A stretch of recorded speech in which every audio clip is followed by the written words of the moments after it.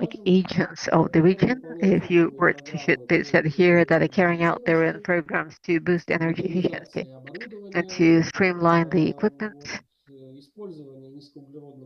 to use the low carbon fuel to manage the quotas for greenhouse gas emissions.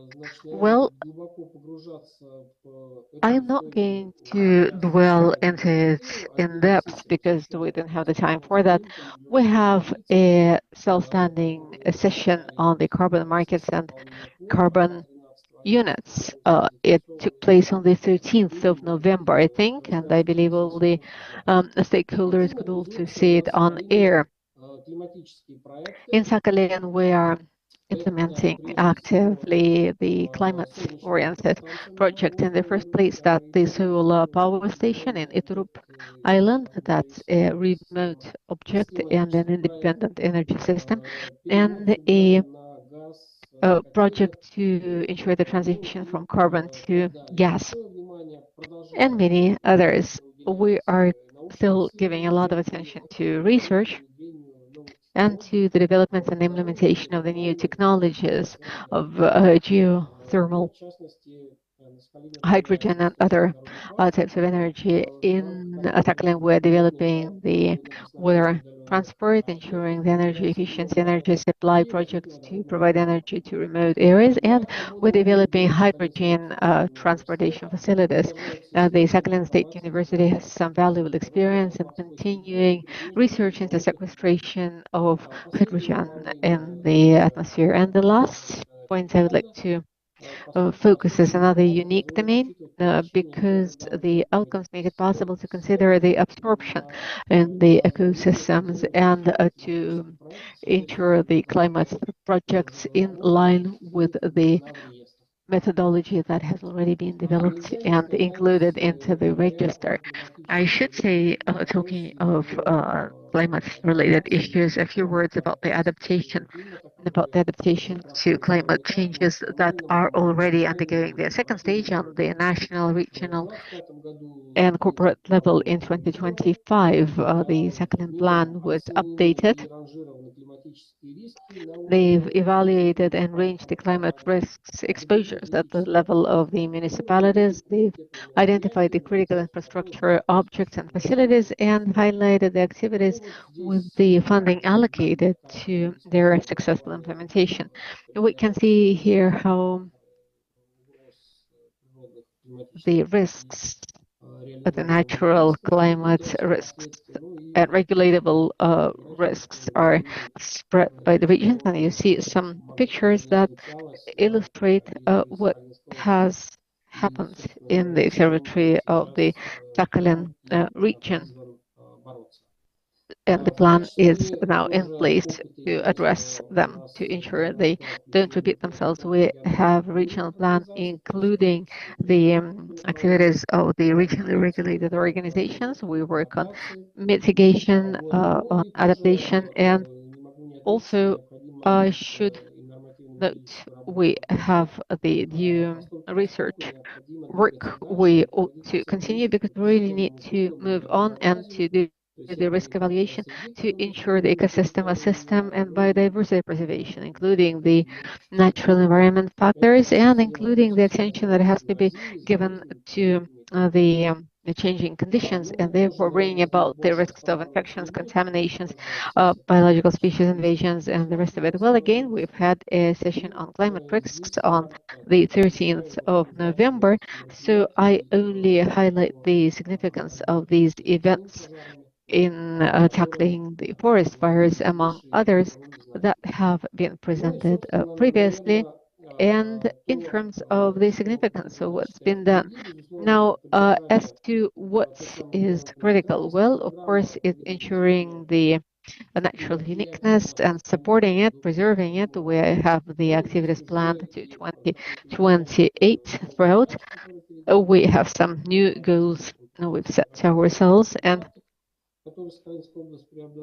I have reported of some of the practices and the experience the Sakhalin region has acquired through the implementation of the projects in the Russian Federation, and at the Sakhalin State University, we're forming the educational program with a reference to the practical outcomes we have accomplished in order to make sure that in 2026 we have the first graduates. I believe these will be the graduates of the regional institutions representing all the business stakeholders, and I believe we will certainly have some representatives of the other regions as part of international cooperation.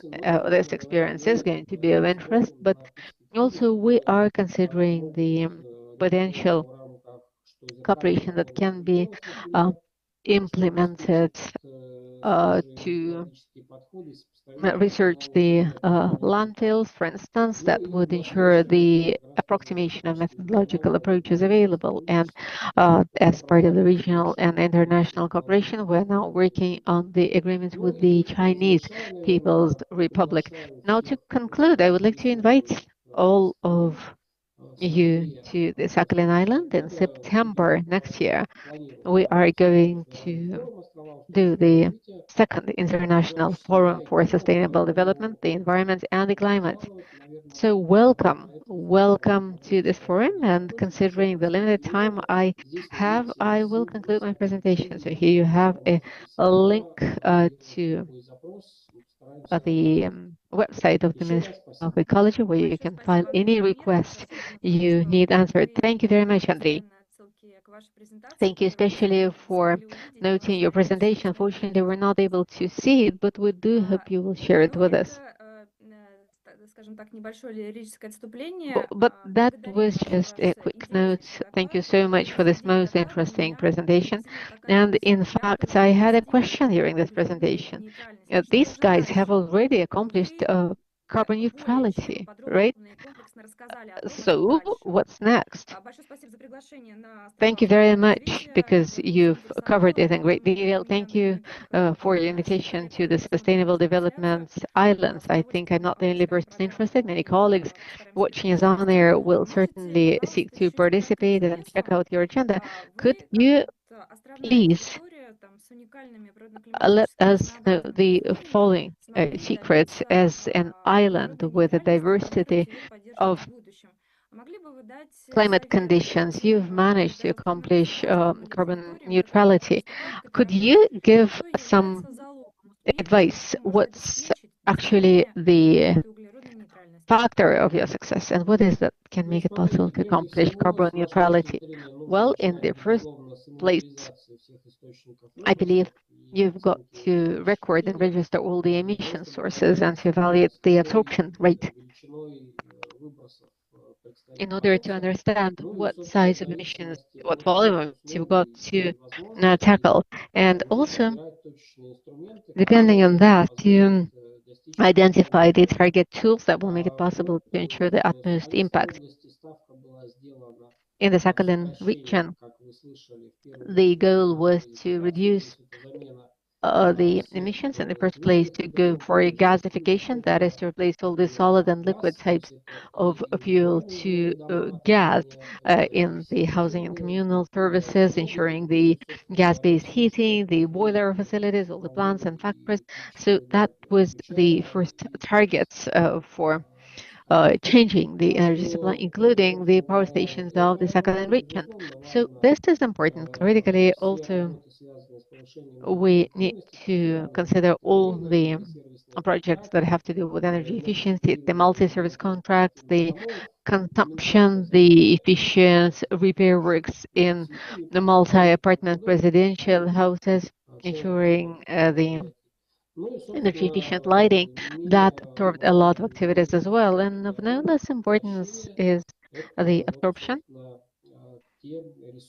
And that is the kind of resources we have these days in the natural ecosystems, and it's the management of these resources in terms of the implementation of the activities to prevent the forest fires and to ensure the response to emergency situations.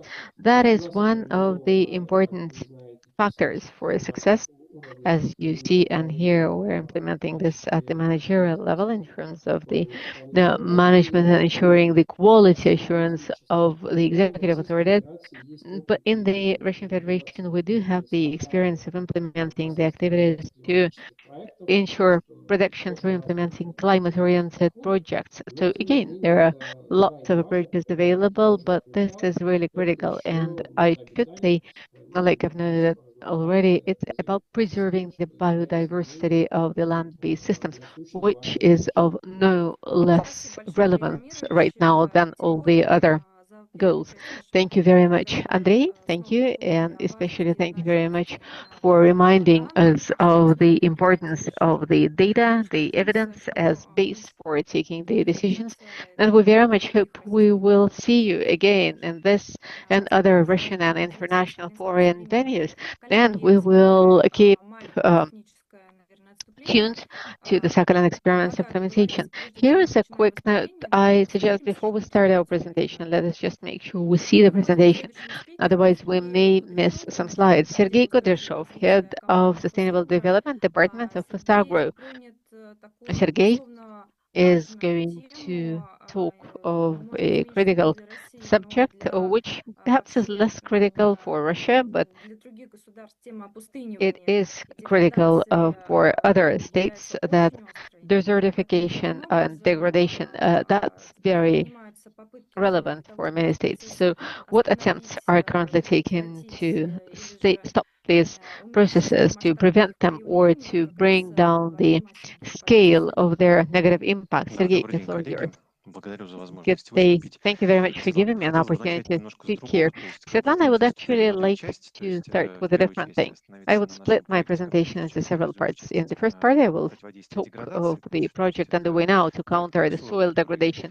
That's the big soil project we launched jointly with our partners, AgroGuards, jointly with FAO and the Moscow State University, named after University Faculty of Soil Studies, which we're implementing in the Russian Federation, and that is the first project of the kind in the Eurasian continent.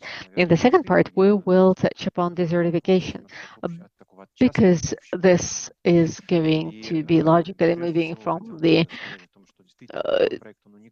details to the more generic things. This is a unique project. In fact, such projects are launched in the world since 2019 as part of the initiative implemented by the Global Soil Partnership.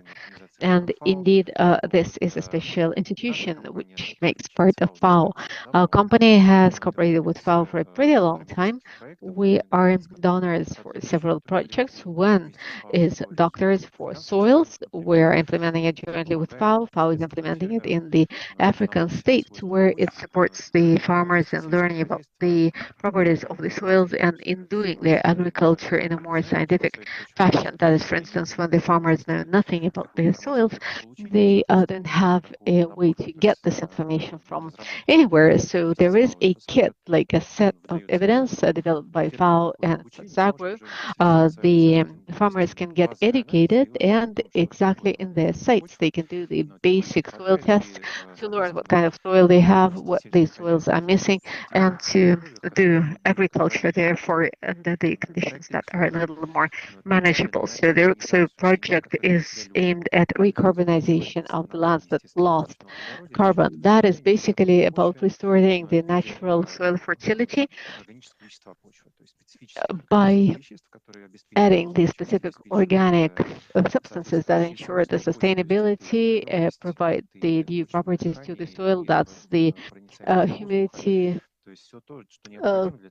consumption, the air penetrability, everything that's necessary to sustain healthy soils, to make sure that the soil can provide its, as they say, ecosystemic services. It's a very trendy term now, but indeed it just demonstrates that we expect the services from the environment and not just mercy, right? So in this very case, we can frankly say that in many regions the soil is degrading, and that is due to the fact that in agriculture soils generally have been used extensively and not intensively. So the introduction of fertilizers in particular not guarantee in any way to ensure the quality harvest or just permanent harvest long term. And also, in addition to this, we've got to sustain healthy soil, and that's not only about fertility, it's not about fertilizers and nutrients. So this project has been under implementation since 2024. We started it in late 2024, and we started with the analysis. The analysis of the condition the soil was at the time. We did a large-scale study in 2 sites of agrogard terrain selected jointly with the experts, the researchers of the Moscow State University. We did a huge excursion tour of soil research. We collected a lot of samples. They were very accurately analyzed in the soil testing labs in line with the new methodologies, and they put together very detailed soil maps based on the data we got from the facilities, the actual terrains, considering the cultures grown in these fields and based on the agrochemical practices of processing the soils.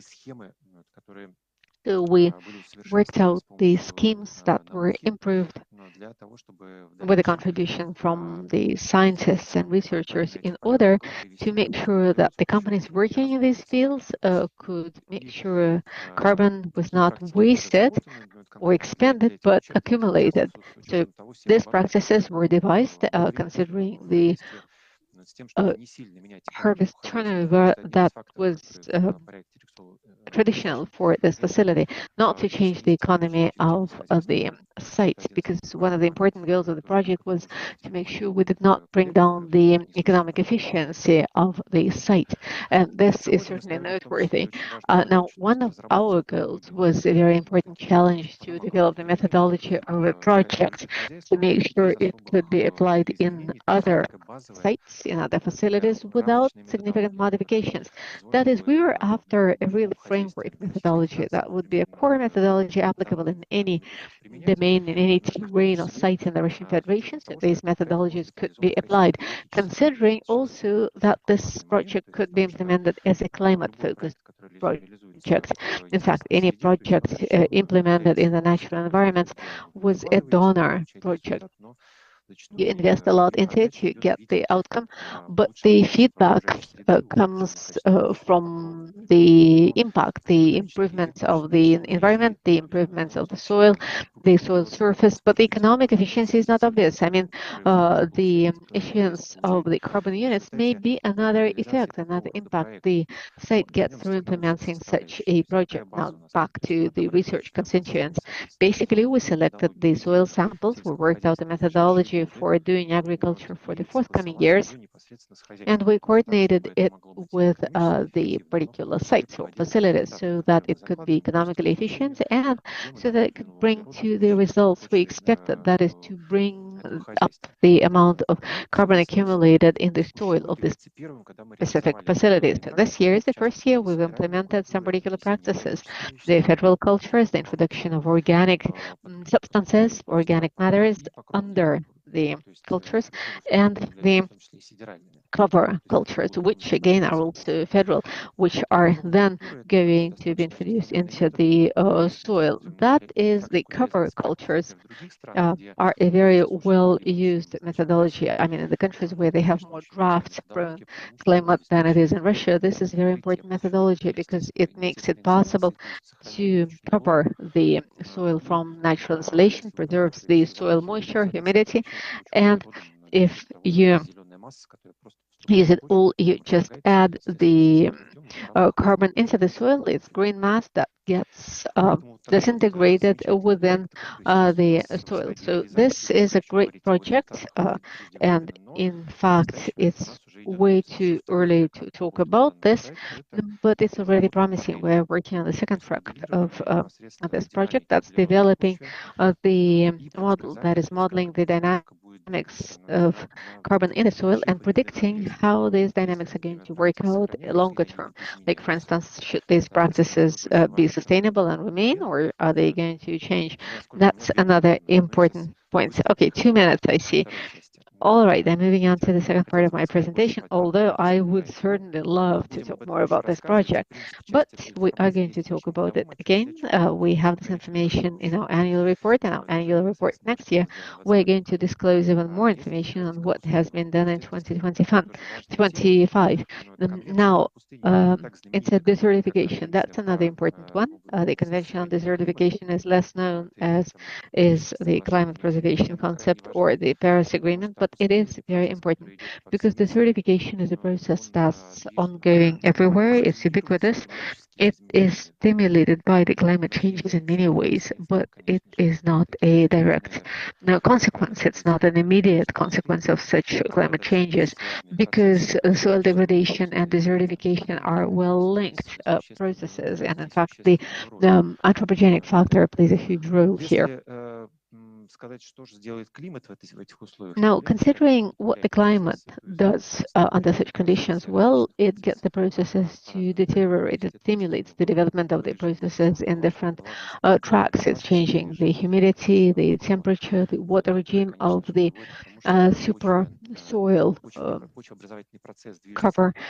So the soil formation process goes in a specific way. It changes the formation of the soils, and we see the phenomena that make us experience what we already were familiar with. That is, we get the fertile soils losing their organic matter in a natural way.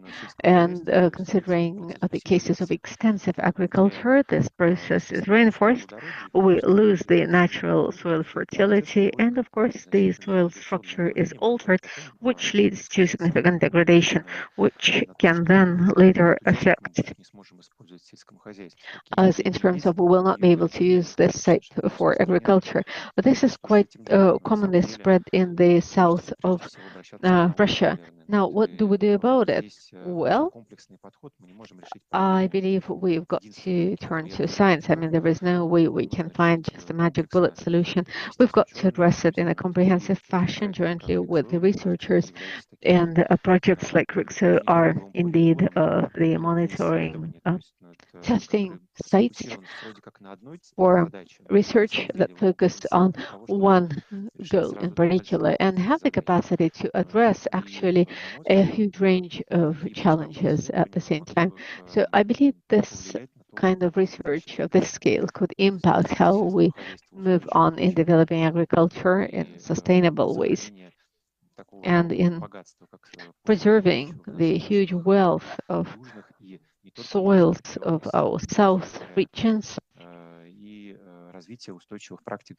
and of the development of the sustainable practices, boosting their popularity and promoting them both domestically and abroad.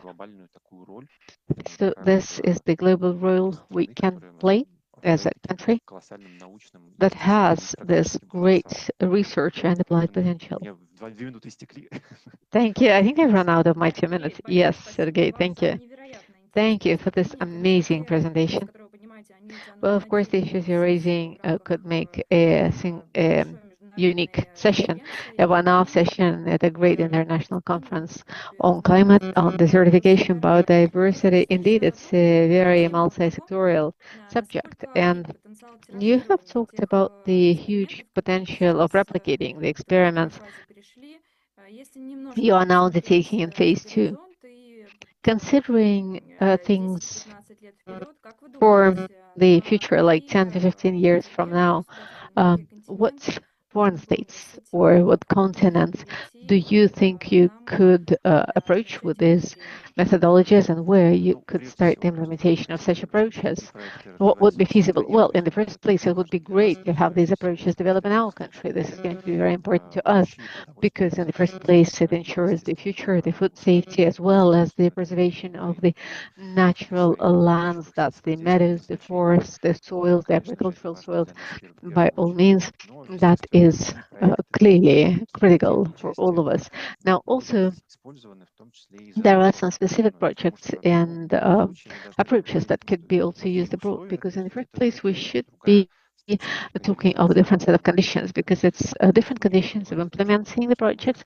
We cannot talk of just doing a copy paste or transposition of the projects as they are to, say, Indonesia or Brazil, to the African continents, of course, because the conditions are different, the soils are different, the agroclimatic conditions are different, the insolation, humidity is all different. I mean, it's a different vegetation, it's different ways of doing agriculture. So there's just absolutely no way we can talk of copy pasting things. But at the same time, said that the approach, the research foundation, the what we did, starting with a large scale study and then down to developing the practices and to the implementation and the selection of the ones that really work well. I think it's the correct approach, and the methodology of such a project we are developing now is certainly going to be available, and it can be replicated in a pretty easy way, I should think. And here we see a huge potential, really, and we see ourselves as emissaries, as envoys, as ambassadors, as the real enthusiasts of the cause.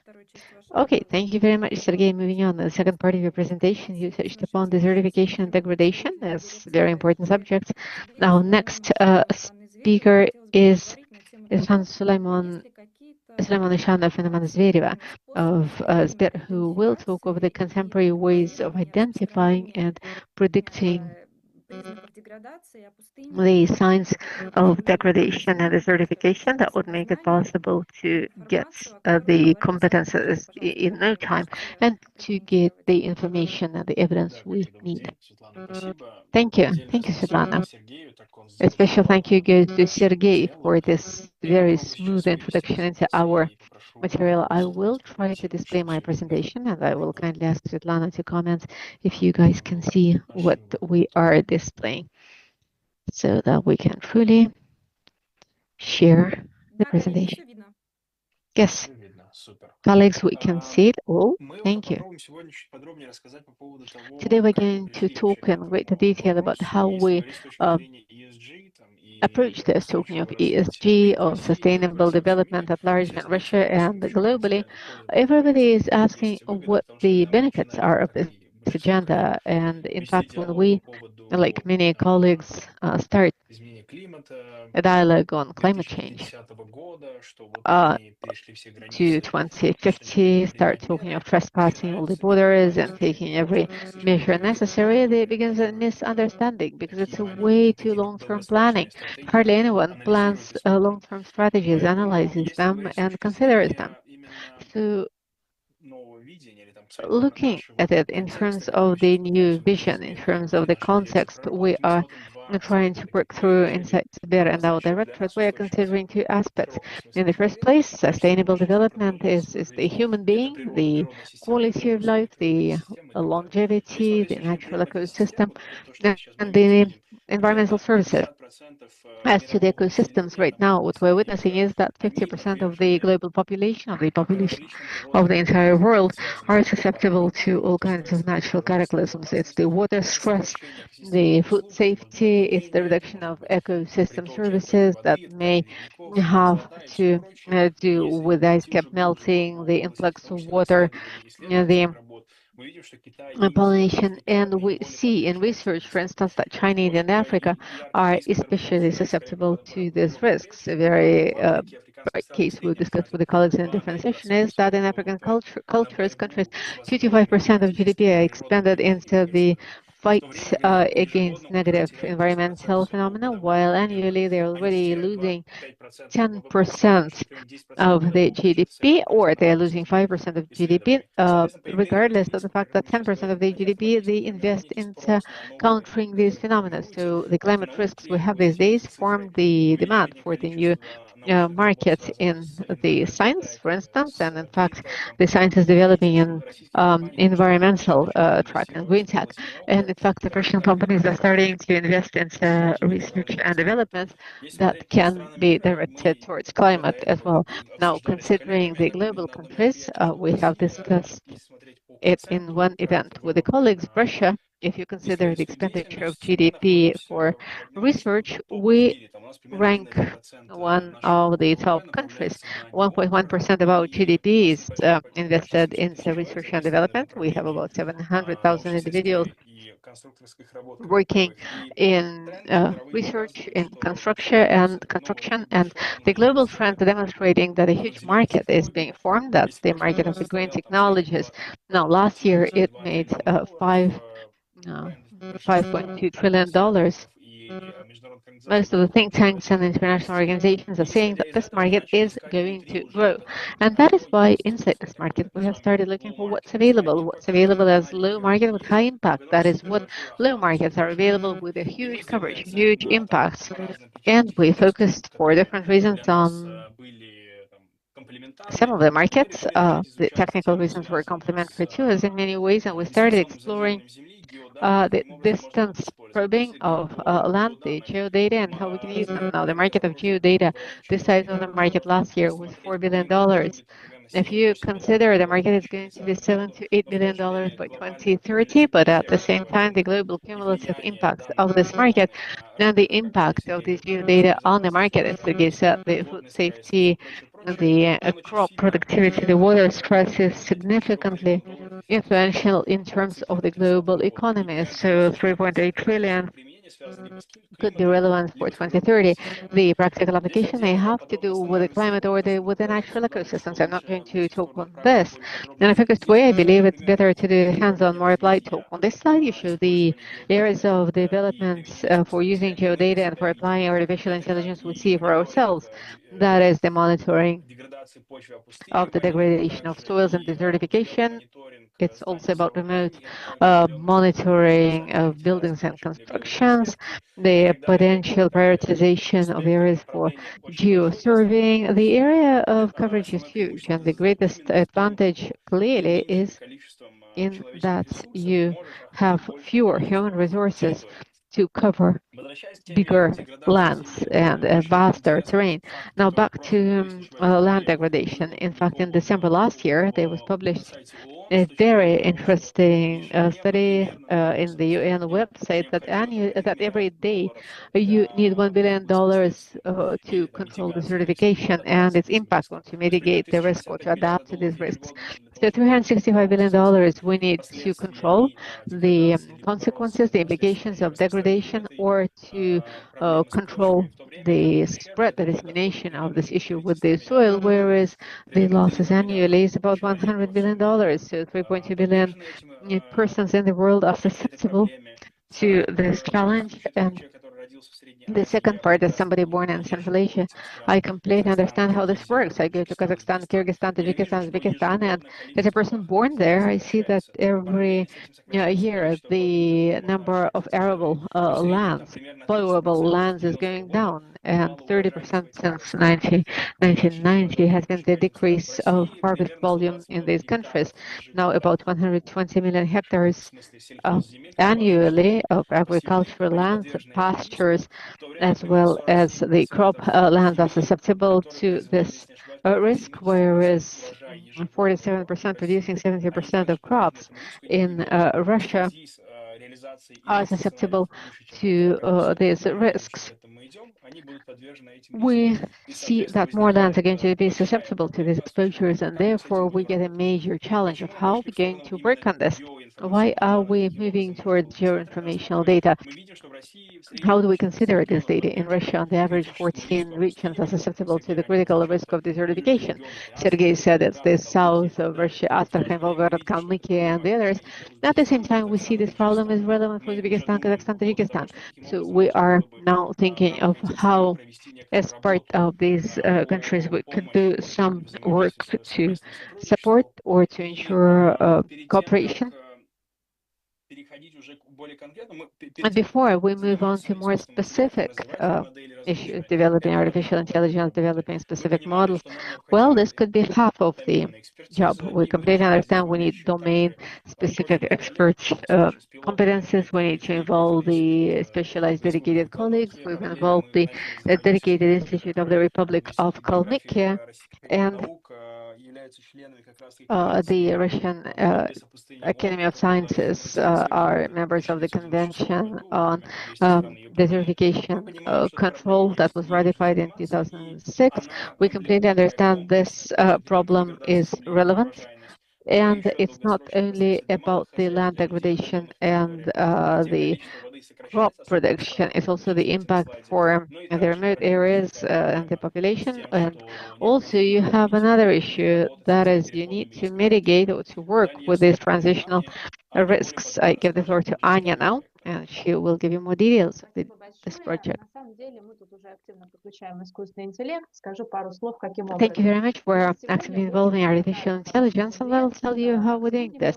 We have lots of data from the satellites, spectral optic radar collected data lake, and we have lots of expert data. It's people who produce texts. So it's the text, the studies delivered by the scientists on site, on land. So we use the outcomes of the models that bring together this data in the digital space and that highlight the features, the properties that you cannot trace through the satellites. They emerge from the interaction of corals in for example, one of the desertification factors is the emergence of the green cover. So that is the transition from dense vegetation until mid-dense vegetation to low-density vegetation. So you see the open sands, or for instance, the soil deposit that demonstrate that the processes are ongoing. So this makes it possible to capture these trends right away when the dense forest becomes mid-dense forest, when the mid-dense forest becomes low-density forest. We see the changes for several years. For instance, with a quality of 85%, we can move ahead with our pilots and predict what part of the territory is going to be desertified. We have an example from Kalmykia. In fact, Suleiman has talked about it already. That's a result of the operation of the model for 2017-2024. And you can see visually that land is truly susceptible to desertification, and it affects not only the forest, but also it's a matter of agricultural safety and security.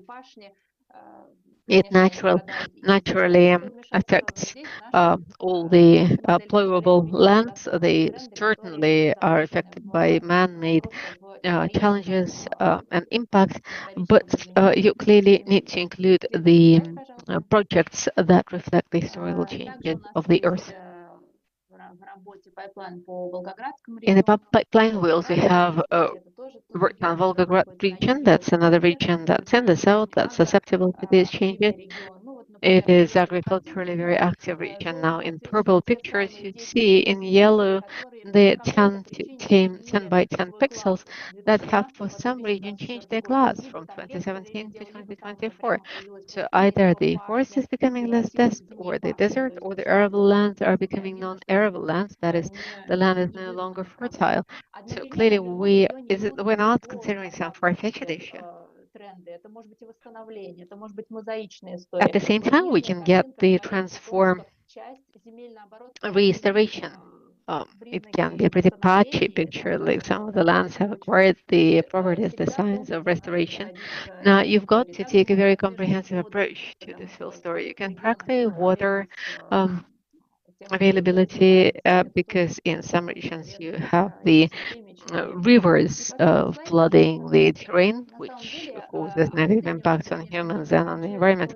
Desertification certainly is not the last area we cover with our model. Well, naturally, we can also track the water stress. We can track the dynamics of the arable lands close to the rivers, the stability of arable lands. We certainly track the trends in desertification, in restoration of the forest and reforestation, and also we trace the ice caps and permafrost. Thank you. Thank you, Suleiman. Anna. How do you validate, verify the data you get? And what are your scenarios and your forecasts? Well, let me comment on a number of facts, the way we monitor things as they are. Earlier this year, we shipped to one region at least the results of our tracing, and they did field studies to check out the specific sites. So when somebody really in person reaches the area, the site, the precision was over 90%. We have never detected for less than 90% of validity. Anya has talked about the data since 2017 to 2022, 2023. So forecasting 23 and 24, the precision of the forecast is 85%. So in the partner regions, we're going to deliver this data to make sure based on this they could plan their work. So you plan for 2026, right? No, we can. We can plan for 2026, but we cannot say what it's going to be like because the model is prognostic. But what it's going to be like, really, we will only learn in late 2026. We can forecast any period. Well, absolutely, we can forecast 5 years from now, next year, but the error will be bigger. Like if we can do an 85% forecast for the next year, then we will have a lower precision for years further ahead. So the dynamics is trackable. So the more right ways you move, the more you want to know about the future, the more errors you accumulate. Okay, thank you very much. Thank you. I believe everybody is interested in your models. We'll be very grateful if you have any reference for any online resource, for any media.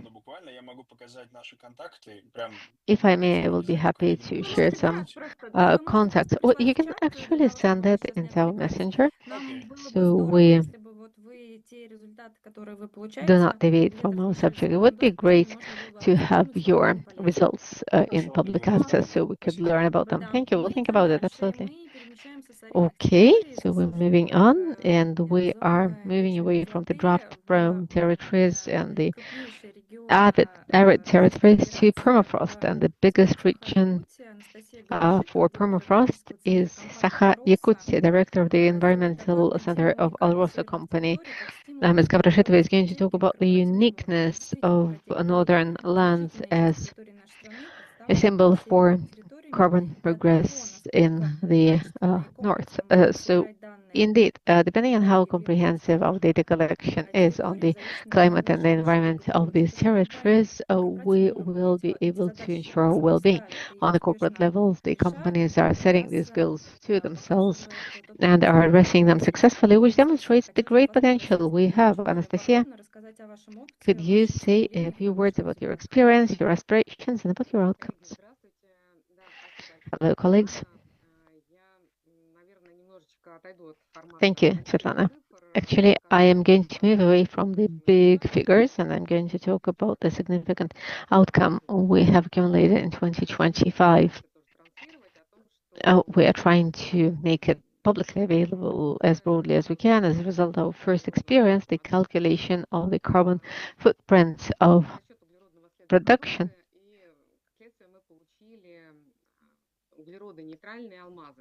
So we got the carbon neutral diamonds, actually the carbon negative diamonds, as we are happy to report.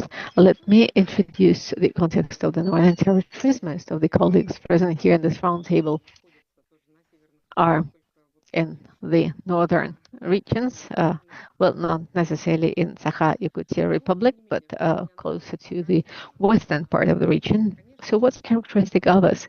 Well, in the first place, it's everything that has to do with carbon impact on the environment that is really significant. Like, for example, the greatest part of ore production companies are located in the north areas.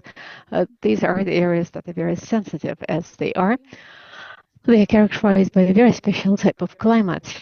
In fact, the likelihood of the emergence of very low temperatures in winter time is 100%. Very often the temperature indeed is at -50. In some areas it can get to -60.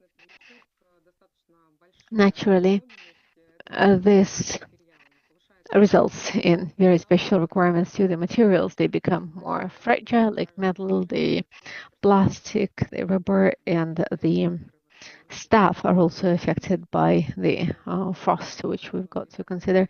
So we have to use special oils. But at the same time, in our territories, the summer is very short. It can be extremely hot. The temperature can get up to 36, and at the same time, this is aggravated by the forest fires because the land is vast, the territory is huge, the population density is very low.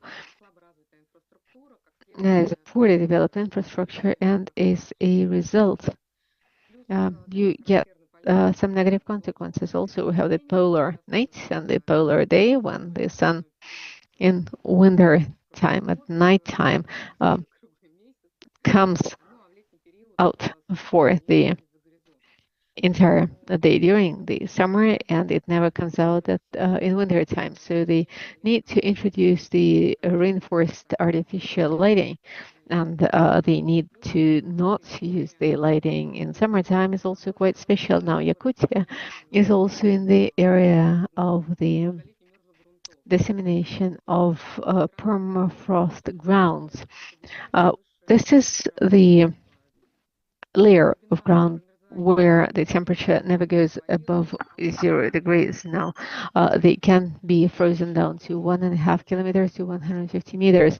So, where we are, the freezing depth is about 300 to 400 meters. So, as a result, any kind of destabilization of the ground impacts the safety, the security of the industrial production facilities, the disruptions of the natural thermal exchange can affect the landslides, the destruction, result in landslides and destruction. And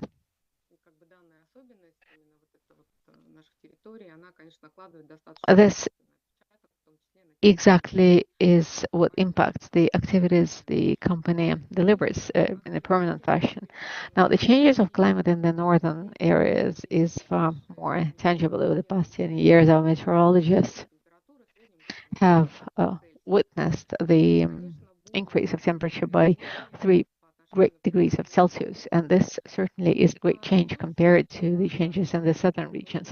The precipitation volume, well, judging from the outcome of the year, we see there emerges a period that is not quite characteristic for the periods when we didn't have much water flowing. Like, for instance, in August in the past, we used to have an interseasonal period with very low waters, with scarce water. In 2024, we had quite a lot of precipitation and the river level went up. So decarbonization of low carbon strategies is quite critical to all of us. And it is not only a response to the global trends, it is also a very conscious long-term choice as a result of our competitive advantages, because whatever has to do with the carbon footprint of the products we hear about often, and they say the uh, natural diamonds are not environmentally friendly. And so we proved last year that the carbon-based diamonds are very good. So getting your certificate of carbon neutrality creates a whole different set of rules of the game in our markets. Now, our next step is going to be the establishment of a climate project in order to expand the capacity we already have. So we're boosting the absorption capacity that we can ensure the absorption of the dioxide by the ore. This is going to develop in one site only, but in the future we will have some additional capacity that can develop. More serious events will be set up there, and this potential will be formed. So this project will be verified in 2026. Its capacity is about 25,000 of carbon units, and I believe that already is an excellent outcome. So to give you more details of the results and accomplishments we have, may I suggest we just view a quick video presenting the results of the 2024. Some Thank you very scientists much. believe our planet may cease to be viable by the second half of the 21st century if humanity doesn't reduce CO2 emissions into the atmosphere.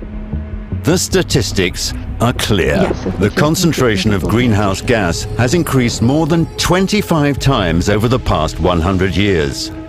At the same time, global consumption is increasing.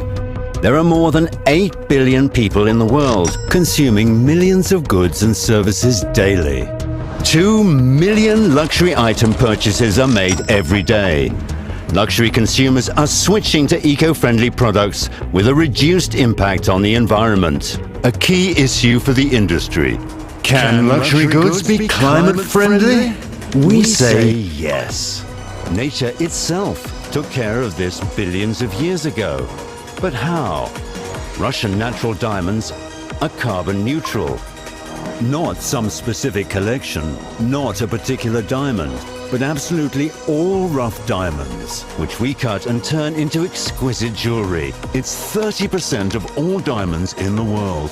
Over 1 million tons of CO2 are absorbed in the process of rough diamond extraction every year. This compares to the CO2 absorption impact of 400,000 hectares of forest. All this thanks to the unique properties of kimberlite ore, a volcanic rock that is hundreds of millions or even billions of years old. This is the diamond-bearing rock. It contains not only diamonds, but other minerals as well. They trap carbon dioxide gas molecules and transform them into stable carbonates. This process is called carbonation. Scientists have proved that the kimberlite processing method used in Russia significantly accelerates the natural carbonation process, thus permanently locking carbon in an environmentally safe form. Imagine, diamond-bearing ore in a 130-ton dump truck absorbs as much CO2 as one car produces during a trip of 2/3 around the world. Alrosa is the world's largest rough diamond producer. The company processes 34 million tons of kimberlite ore every year, and the amount of CO2 absorbed during Alrosa's production cycle exceeds the cumulative greenhouse gas emission in the process of rough diamond mining. This is supported by scientific studies, and their results have been approved by TÜV Austria, a respected and trusted international institution. Natural diamonds are more than just luxury jewelry.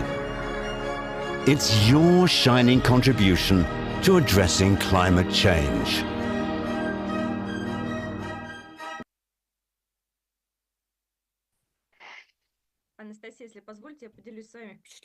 Anastasia, let me share my impressions of this. This is a very impressive video.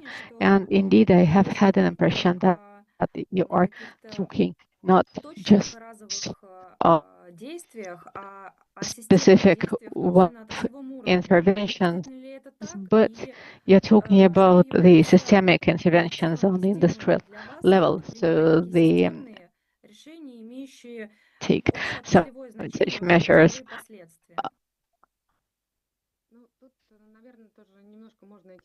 will have a great impact on the industry. Well, I believe you could split the decisions here. So the placements of the production facilities of the company produced, in fact,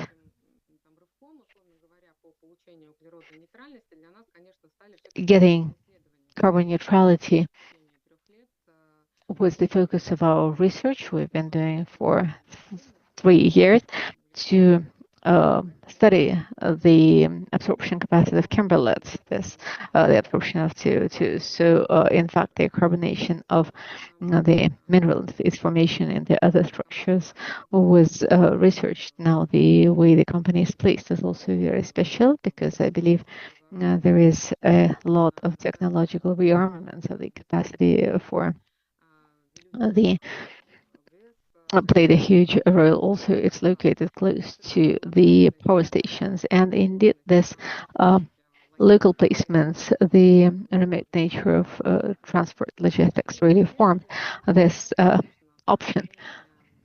As a result, in terms of creating the potential conditions to accomplish significant outcomes, if you consider the industry at large, we will clearly get to discuss the regulatory incentives and limitations, because these measures do create the commitments, the obligations, the additional costs, and as a result, that's an important incentive for development. So, as a good example, it would be great to use the capacity of the governments, what the government can create and offer. In fact, there is a great tool that is the introduction of the mandatory quotas for the acquisitions for the procurement by small and mid-sized business. In fact, this is a very effective tool that could be well extended to the green agenda.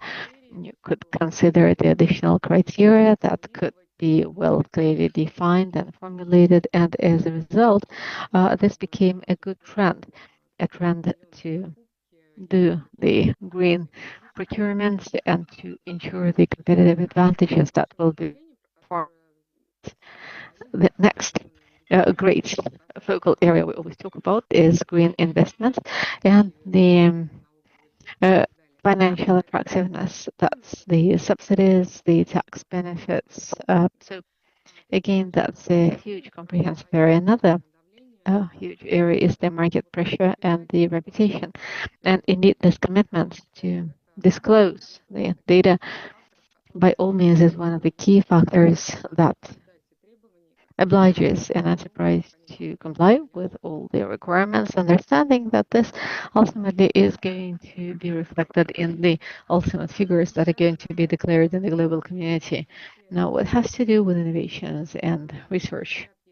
All of it. And I believe there is a very significant potential here, because you can bring down the amount of time between the idea and the implementation. So the greater the period is, the more you get. Now creating the testing grounds, because creation of the sites for the testing, for the implementation of the technologies, especially the ones that would be adapted to quite severe conditions, is indeed a basic focal area for us. And also there is another practice whereby any technology we're working on, be it the machine mechanisms or the domestic technologies, or whatever the manufacturers and producers say. And they are saying that any equipment goes through the adaptation process. It's 3 to 5 years. So you identify all the issues, and they are addressed by the producer in 3 to 5 years. So that's a very long period of time. So an investment in the fundamental and applied research, I believe, in specific technologies is really critical.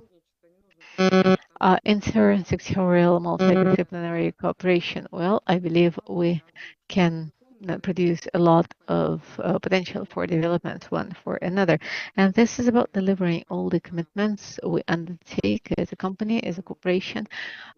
It's about delivering the commitments to the global compact, the delivery of the Paris agreements by all the countries involved. And this certainly is another great tool to ensure the even playing field. Now, creation of the green clusters. So, in order to make this huge leap or huge progress, you certainly need to ensure the implementation of all these measures, and of course, creating a situation whereby the preservation of the uh, dirty, unclean status will become unprofitable, it will be unacceptable in reputational terms, and as a result, the companies that are moving on to the neutral technologies will get access to additional funding. They will be entitled to some additional priorities. I mean, this is not a quick process, but at the same time, in the global market, you can well observe this trend and the trend of the global changes, and you cannot ignore it anymore, because you either lose the market or you um, find yourself getting behind. Thank you very much. комплексная Thank you, видение Anastasia, ситуации for по this very вопросам systemic, comprehensive vision of the преобразования situation, сельских for районов, answering the скажем, questions. таковой You've успех highlighted the 6 качественного points that перехода are к the constituents системному of the success прогрессивному in видению quality системных transition to решений. systemic Вот тоже в свою industry-specific очередь ставлю vision and solution. реплику по And поводу let me подготовки also add пессимистичных. a Мы comment on my side. As we were скажем, preparing to the часть session, we discussed with a присутствует lot of в participants нашей сегодня present времени, к here сожалению, and with the последовательно, но ones тем не that did менее not find ситуацию вы time to сказали, join us возможности today. кризисов, оно очень We хорошо clearly understand that соединяется what в you've новом covered in your трансформационном 6 инструменте messages is «Быть nicely природы». brought together Распределение in the сил new усилий нас, instruments and тех the людей, которые являются development that is членами called the units of экспертной nature. So цельной the коллегии colleagues from инструмент единицы the природы, Agency for Social Information немного о ней рассказать, to talk озвучить, a потому little что в about России в the настоящий момент формируется инструмент единицы units of природы, nature.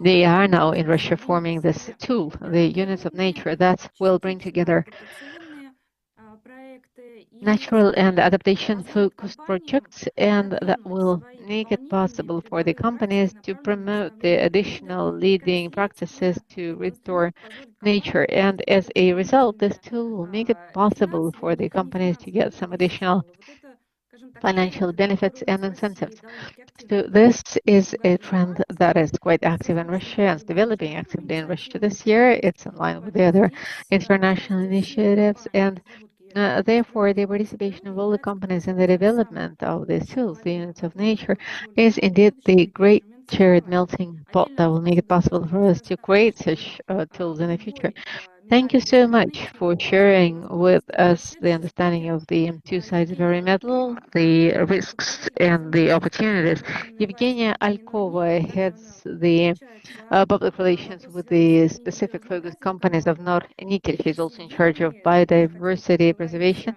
in her северных company, and it would территориях, be great to о get Evgenia to talk about the крупной northern уникальной экосистеме, territories, the которой fragile, компания unique работает, ecosystem экосистема, которую where the надо company поддерживать, works, the сохранять, и как ecosystem the компании company удается supports, эти проекты sustains, продвигать, реализовывать и and встраивать в how свою the manages to корпоративную promote these систему projects, управления и в свои корпоративные to implement стратегии them, and развития. to Евгения, вам слово. ensure and implement its corporate strategies Коллеги, of добрый день development. еще раз. Светлана, добрый день. Thank Надеюсь, you. меня Thank you слышно. again, colleagues. Thank you, Svetlana. Очень Да, вас большое слышно. спасибо, I hope Света, you can что hear us. поставили нас You can на hear me. Thank you выступать very much, непосредственно Sveta, с for коллегой с соседней letting me по Арктике. speak Очень мне with приятно Мы my поговорить. старались. colleagues Да, next to штаб my теме очень neighbors in the много уже Arctic. сказано, и We worked hard важные on it. вещи Exactly. прозвучали. We're a nice Я tandem, and разделяю many позицию, important things конечно, we've heard особенно already here. I участие absolutely share кризисного the участия выделенного position, чтобы то, что especially with regard to what взаимодействие, Anastasia was потому что все saying, вот that как is, we ought to бросились cooperate, спасать because курочку, а indeed we're надо было бы all спасать saving курочку. the Мне кажется, deer это будет single-handedly, эффективнее. but we should be Ну и по saving the deer поводу all together. потепления That's going to be Арктики, better for the deer for да, sure. ученые And as говорят о to том, the что да, warming in the потеплеет Arctic, вдвое-втрое indeed, раз the быстрее, researchers чем are должно saying было that бы. И вы it's warming оговорились up несколько раз о 3-4 times систематическом faster подходе. than Это значит, elsewhere. что мы не In справимся даже Norilsk, for при several помощи days, we обогреваемой have the генерации black где blizzard. 50% That's minus могли бы не 30, потечь, zero но действительно visibility. People потерпели were бы not это. able Но, to тем не менее, leave it компания ориентируется several там days как in a row. может, So I don't think they believe that, but the company is данными, которые driven by fundamental отслеживают research, есть. by the forecasts, Конечно, мы and by the поддерживаем messages we Парижское get from соглашение, fundamental высокие цели research. устойчивого Of развития, course, we которые support the Paris обозначены. Agreement and Я the даже Sustainable запущу. Development Я Goals сомневалась показывать mentioned there. демонстрацию I doubted if презентации I или нет, should потому что, demonstrate может быть, my мы немного да, с presentation, because повестки, наверное, сбиваемся. we are already a Видно little меня? bit behind the Пока нет, schedule. вот сейчас видно, да. But can you see this now? Коротко очень расскажу, что Yes, very действительно мы briefly, let разделяем me те климатические цели, в первую очередь все, note что that we связано do с share the национальной climate goals повесткой, for sure in the и first place, whatever is основным related to the инструментом national agenda. работы And the key это tool является of наша our work экологическая is стратегия, our которую environmental ежегодно strategy. обновляем. It's И the в этом году strategy тоже такая we работа update every year. ведется, и This year, we've позволю been себе doing a lot рассказать of секрет, work уже of в the общем kind, and I пространстве think I won't прозвучало, что в disclose этом you the году secret планируем in the public space. We've already климатическую heard стратегию that this year отдельным we are документом. planning to Очень issue важны для a нас climate вопросы strategy as a адаптации. О чем self-standing говорила о paper. том, что Adaptation is very что important to действительно us, what полярная Anastasia was мерзлота, talking которую about. мы раньше Indeed, называли permafrost. единичной, The она, к permafrost сожалению, we used оказалась to уже не call настолько permanent единичной is за indeed последние no 60 longer лет. that that permanent, and over the past 65 years, we've seen a temperature increase of the soil of the ground down 10 meters by 4.3 degrees. So Nornickel started a unique system of monitoring, working in two areas. That's geotechnical monitoring, whatever has to do with the technical characteristics of the buildings, their carrying ability, the foundation, as well as the background permafrost monitoring system, which makes a forecast based on the data collected based on the research and focused approaches. What is clearly important is the projects of renewable energy. And again, I'm not going to talk about the Arctic, but about the Baikal region. That's the leader in insulation. A year ago in October, we signed a contract to build a solar power stations. We introduced it in October this year. It's already operating. Yeah, about 1 hectare of land it takes up. It's working in the Russian panels, which is already becoming a great accomplishment too. Now, we certainly do not stop here. I mean, we're very interested in the projects, not only in terms of our production facilities, but also in terms of the demand we have in the natural reserves. I mean, the legislation names them natural reserves, especially protected territories. But jointly with my colleagues, I call them as natural reserves. And this is where we get a request to provide them with the infrastructure objects as part of our cooperation, which will be able to install in remote areas in research stations. I mean, we could do a diesel station there, but we believe green energy should be placed in the first place in the natural reserves. Well, a few words about the climate then. Now, since I'm talking about the natural reserves, national parks, and about the favorite subject of biodiversity, I would also mention that we are doing about 25 projects at the same time in multiple territories to preserve biodiversity. They're all very different, they're very interesting. I'm ready to talk about each of them for a very long time. And at the same time, we have heard the point on the importance of the systemic work. So the experience of Norilsk over the past decades, especially in so much as concerns the big Norilsk expedition, prompts us to move to a whole different level of planning, a systemic approach. And to us, what matters is that this year we did a detailed registration of all our projects, and we understood we're ready to develop a systemic program, a long-term 10-year program for preservation of biodiversity.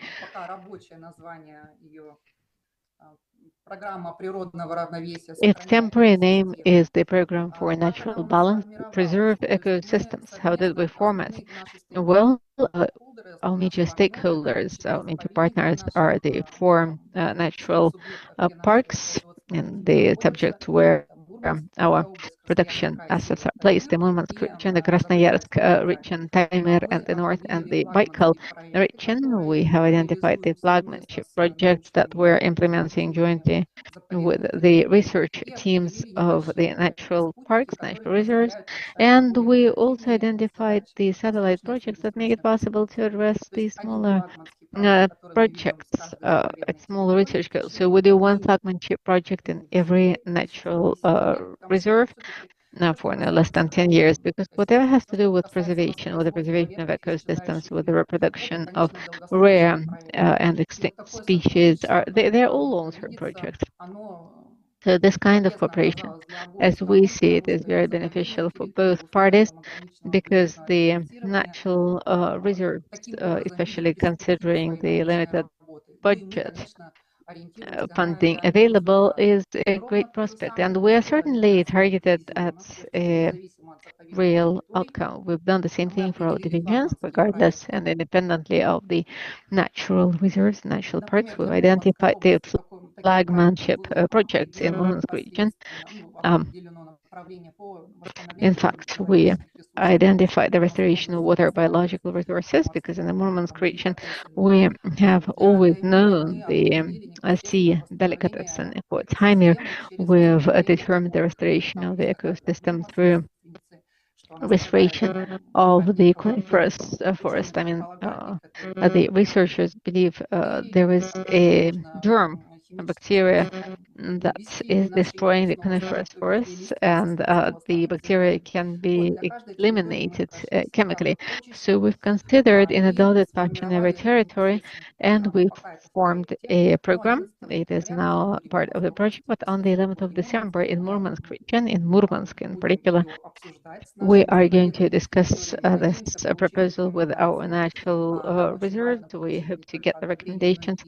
We hope not only to get the approval, but also to hear some criticism so we can add more to this program in methodological terms so that next year we start implementing it. So briefly, this is what I wanted to share, and I'm happy to take up any questions.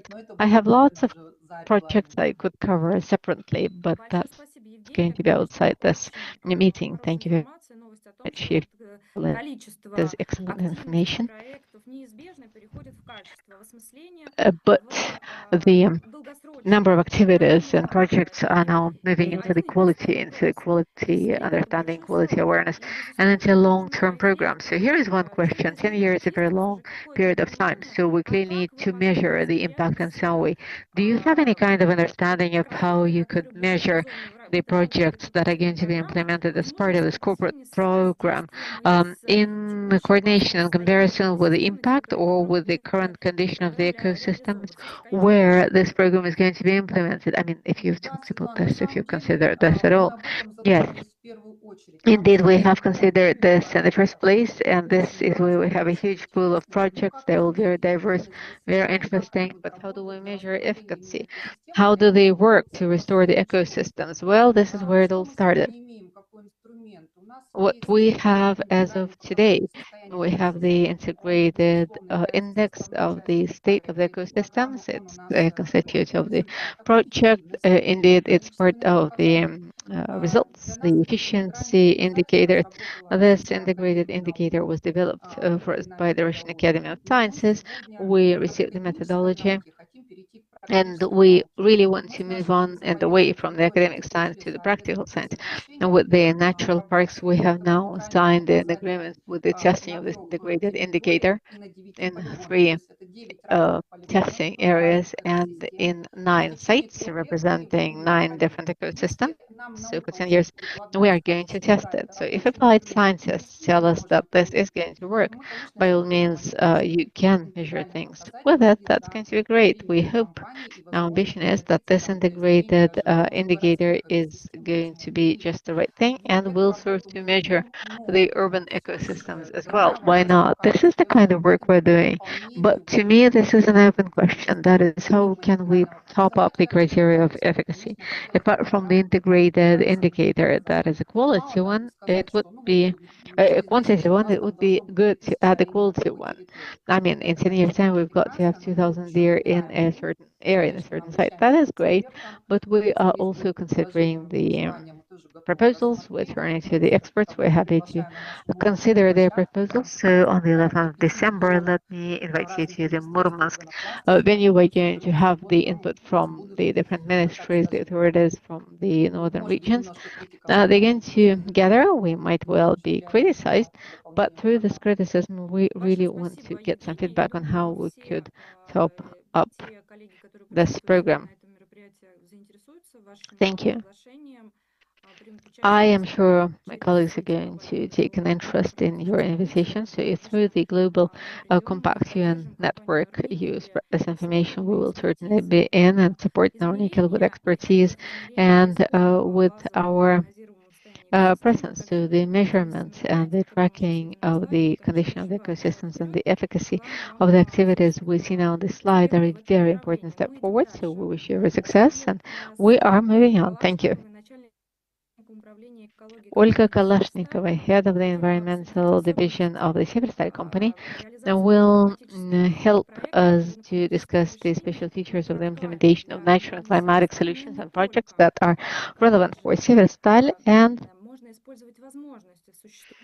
not only how you can use the opportunities available in natural and climate solutions so that you can address the comprehensive goals. Уважаемая Светлана, дорогие панелисты, уважаемые Thank you. слушатели, очень рада приветствовать Dear всех сегодня guests, the от имени panelists, компании the audience, Terrestrial. thank you very much. I'm Хотела бы delighted to рассказать, greet you on каким behalf of the образом Terrestrial company, вот эти and I'm happy to tell you nature-based about how the solutions nature-based solutions or the решения интегрированы в нашу nature and стратегию climate-based solutions декарбонизации. are Вот в integrated into our 2022 strategy on году мы приняли decarbonization. Back in стратегию 2022, декарбонизации, we которая passed the внедряется в следующих decarbonization этапах. strategy that is На implemented in первом several этапе до stages. 2030 года At мы stage делаем one, up to последовательные 2030, конкретные шаги, we которые are касаются как taking very clear трансформации steps нашей that are about the агронно-технологической transformation цепочки. of our И main здесь наш technological chain. ключевой флагманский And indeed, our key проект — flagmanship это строительство project is комплекса the construction укомплектования, of a который comprehensive позволит unit нам снизить выбросы facility that парниковых will make газов it более чем possible на not 2 only миллиона to тонн, bring но down имеет еще the дополнительный emissions of эффект greenhouse на gases снижение by less than загрязняющих 2 million веществ tons, but it will also decrease the impact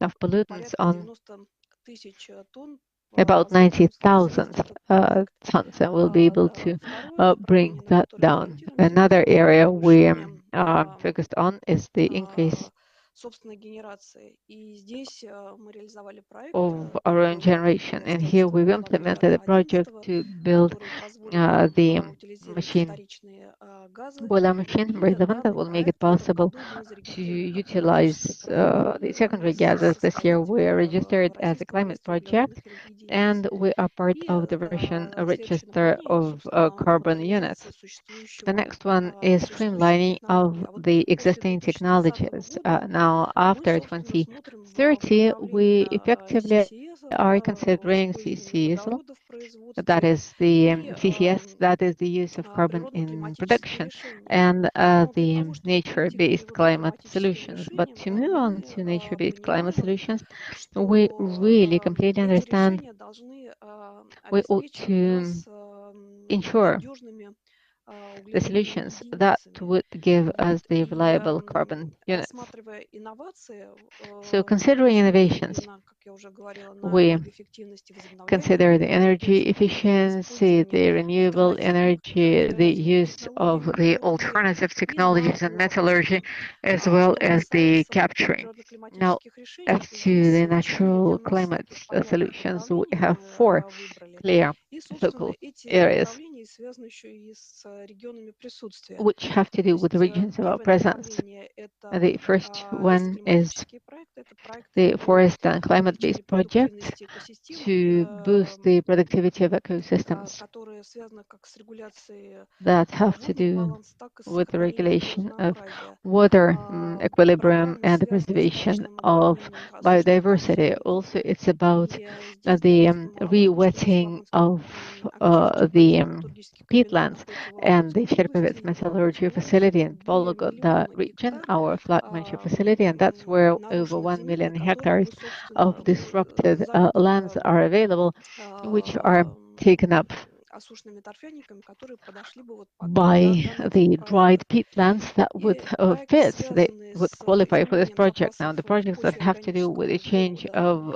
the здесь я storage более in the подробно soil of расскажу про organic наш carbon. проект, Now, который мы this is where реализуем в I'm going to talk about Белгородской our области, project. и, We're собственно, implementing it in the проекты, связанные с Belgorod region, непосредственным and прямым the projects that have улавливанием to do with the immediate direct capturing углерода из of воздуха. carbon from the air. Вот несколько лет назад мы Several years начали ago, реализацию we started мера implementing в Вологодской области совместно с in the Vologda region, администрацией jointly Вологодской with the области и administration с of the Центром Vologda region of биотехнологий this устойчивого развития project, Юрия together Фурса, with который the рядом Center со for мной Sustainable Development, Yuri выступает. Fursa, who is speaking Принимая во after внимание, me. что Now, we take into данные consideration проекты для нас the fact that these projects выгодны с точки зрения географического are расположения. beneficial and Как я уже profitable in говорила, в terms of the отдаленном производстве geographical Северстали location.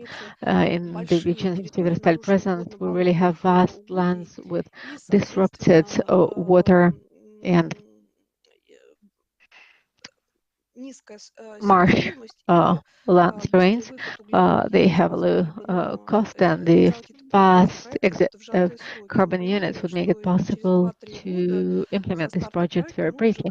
In two or получали three бы years' time готовые after the launch of the углеродные project, we единицы. would already be И getting the что для ready-made нас carbon units. было критически, чтобы What was данные critical for us was to углеродные ensure единицы that были the carbon легитимными, то есть units они были be качественными, legitimate, и чтобы мы quality, их могли and that аттестовать we по can существующим get методикам. И them когда мы начинали, endorsed собственно, этот проект, by the existing методик methodologies. So when we started this project, еще не the было. И вот буквально в methodologies этом were not году available yet. появилась And in fact, методика, this которая, year they собственно, emerged a позволит нам methodology that зачесть became наши углеродные единицы, available полученные вот to credit the в carbon этом units проекте. we have received under Проект у this нас project. реализовывался в So this несколько project was этапов. Мы implemented сейчас in с вами several находимся stages, на and in fact, we пятом are right этапе. То есть now мы in начали с stage предварительного 5. выбора участков We в started Вологодской with области, the сбор архивной и фондовой selection of the sites in the информации, Vologda проведением region, комплекса with the научных collection of исследований, the information, проведением with a полевых set of изысканий и, собственно, studies and разработки field research, технико-экономического and with the экономического development обоснования. Вот of the это этап, technical собственно, на and котором мы economic сейчас grounding for the находимся. project. This Для is the нас stage очень we're at важно right было now. And in fact, подтвердить it was really научные important for знания, us to prove the да, то есть evidence base. совершенно однозначно Clearly, засушенные by all means, the торфяники dry выделяют peatlands СО2 и метан, и при обогреве, produce CO2 and methane, and соответственно, выделение этих газов the значительно production снижается. of Мы these подтвердили это gases в ходе goes полевых down исследований significantly in и поняли, re-wetting. что In fact, we сам proved метод this during работает и our может field быть studies, and we proved масштабирован. that this Ну, вот проводилось это исследование works. методом ГЕСТа, то есть It каждый ГЕСТ certainly имеет свой works and can be потенциал scaled up with улавливания the guest method. We apply the СО2. guest method to И, do this study. Every guest method соответственно, has its сейчас у own нас potential начальство of Вологодской области и capturing CO2. So подтверждение jointly with the выборе Vologda region, we're now участников. discussing the Второй selection проект, of на the котором я sites. хотела бы Now, the остановиться, next это project I would like to проект, focus on is который the мы project реализуем to совместно с implement Белгородским jointly федеральным with the университетом. Belgorod Это State проект University. по использованию That is гранат-шлаков to и шлаков в use качестве мелиорантов the на сельскохозяйственных землях и melioration option для for секвестрации собственных the углеводов в почве. agricultural И не land, to use the секрет, что slag for сейчас sequestration of наши carbon in the черноземные soil. In fact, the fertile lands, the black закисляются, да, soil lands и are причина oxidated. это прежде всего неконтролируемое And this has использование to do или with the fact использование that удобрений, uh, неправильный the контроль fertilizers used are not методами controlled, the дезульфаторами. agricultural machinery Соответственно, used вот is именно not the right повышение one, and кислотности therefore делает the почвы более плодородными. oxidation Мы начали с того, что вот наши makes the soil more граншлаки, fertile. шлаки, а So также our а, slag сульфат аммония может использоваться для and the повышения ammonium sulfates качества can структуры be почвы, used для to улучшения improve его the quality of агрегатного the состояния или structure of the агрегатного soil, to ensure состояния. its the better quality of its Вот aggregate state. несколько лет That подряд на is with the сельхозземлях granulated slag. в Белгородской области For мы several проводили years in Belgorod исследования, и region, действительно на in трех the fertile lands, we have applied this овсе, study, and indeed на in льне 3 и на ячмене sites мы установили, of что повышается cultures in плодородность oats, гранных культур. linen, and rye. We Экспериментировали have с seen гнездовыми the increased внесения, fertility. We have с experimented периодами with внесения и those так далее. То есть эксперимент еще не introduced with the закончен, он period of those продолжается, introduction. The но experiment is совершенно still однозначно, ongoing, but it is что quite у этого clear that эксперимента есть и побочные эффекты, this как experiment also фиксация has some side effects, some углерода. byproducts, like, И for вот instance, в fixation of этом году мы начали carbon. разработку And методики, indeed, this year we которая started позволит the нам, development of a собственно, methodology that учитывать would make и it вот этот possible to consider побочный эффект, такой как this side секвестрация effect as углерода в well, почве. such as the sequestration of carbon in the soil. Ну вот на картинках приведены примеры, да, мы In this используем picture, разные I'm offering some культуры examples of how и we use смотрим different с cultures базовыми and участками, how как we consider with the изменяется base плодородие. И вот, например, sites how плодородие на the почвах, где мы вносим fertility changes. граншлаг совместно So the fertility с of the soils шлагом, where we introduced плодородие вырастает granulated до slag 20%. increases by up to И 20%. хотела бы еще раз подчеркнуть, что данные эксперименты находятся в стадии разработки. This Недавно experimentation is under представлена development. Right now, we методика, are которая going to позволит, собственно, produce другим a компаниям methodology as a ее result of this применять experiment that и will make it possible использовать for the похожие other подходы на других companies to территориях. use it and to use the Спасибо за внимание. similar approaches in other areas as well. Да, Ольга, большое спасибо. Thank you for your Очень attention. интересные кейсы. Thank you very much, Olga. That's Важно very помнить о interesting том, cases, что and it's important to know они, that скажем так, имеют вот какой-то такой вот кумулятивный эффект и they have some одновременно cumulative относятся не только impact, к and in fact, экологической, that they исключительно not only экологической relate основе, to the исключительно-климатической основе, environmental они subject затрагивают or темы to циркулярной the экономики, climate. It's сохранения also about the ресурсов circular наращивания economy, и the большой preservation of растяжимости. biodiversity, and Кроме that's того, the они great value позволяют they add. And besides, комплексно и качественно управлять, с одной they стороны, make it скажем так, possible to ensure comprehensive отходами, quality а с другой management стороны, of waste on the one интересны hand, as отечественные well разработки as как they раз are внутри interesting in terms of the и domestic solutions to внедряют climate их на adaptation to практике. the Может environment. быть, We вот implement вопрос this in общем practice. транслирования. So, Конечно, мы понимаем о том, что вот what's данная the задача potential имеет for эксперимент, disseminating, for replicating? We тем не completely менее, understand эксперимент it's all under выбрался experimentation right now, направление but maybe have some какое-то ideas внедрять, in тиражировать эти terms of подходы how we can в implement мировые these approaches, экосистемы. how we can disseminate Что them. касается, например, нашего эксперимента по использованию граншлага в качестве мелиоратора So, для сельхозземель, совершенно точно, что in fact, данные the подбирать use нужно of тиражировать. the Мы видим то, slag что есть for интерес не только со agricultural стороны lands is certainly Белгородской области, critical. но и We have some Вологодской области, interest from the Воронежской Beagle области. region, from the И Volga после region, завершения and эксперимента Voronezh Росагма region. сторона So as we заинтересована, это complete Росагро, this соответственно, они experiment, Rosagro после is и one Минсельхоз of the после parties interested, удачного завершения and the Ministry эксперимента of посмотрим, Agriculture. So upon the насколько successful дальше completion of this experiment, um, тиражирование может осуществляться. Но, кроме того, we мы видим will международный see how опыт. this Граншлаг не replication только can в России work. применяется в качестве But мелиоратора, но clearly, и in в других international странах, practice, the но и везде, granulated где slag is у нас used as a есть melorant проблемы in other земледелия, да, countries вот as сегодня вот Сергей уже well. упоминал, это и Индонезия, да, и Китай тот же самый, везде можно применять Indonesia эти and проекты China, совершенно well, свободно. news we can А use то, что these касается торфяники, я projects in a думаю, very мы free более and подробно restricted way. расскажем, Now, as что to the мировая peatlands, I практика believe уже достаточно um, обширная в Индонезии, да, Yuri очень will много talk еще more штуками about it. применяется, Германия уже It's продвинулась, used да, in с технологиями, Indonesia, многие in другие страны. Germany. They've all Самое важное made вот это, several advances да, мы in получаем не it. просто углеродные единицы, а углеродные It's единицы с добавленной important that стоимостью. we're И not добавленная only getting стоимость the это carbon units, выражается в but the улучшении carbon качества units with почвы value однообразия, added to ensure в the улучшении biodiversity, плодородия почв, to ну improve и многих других the соответствующих fertility of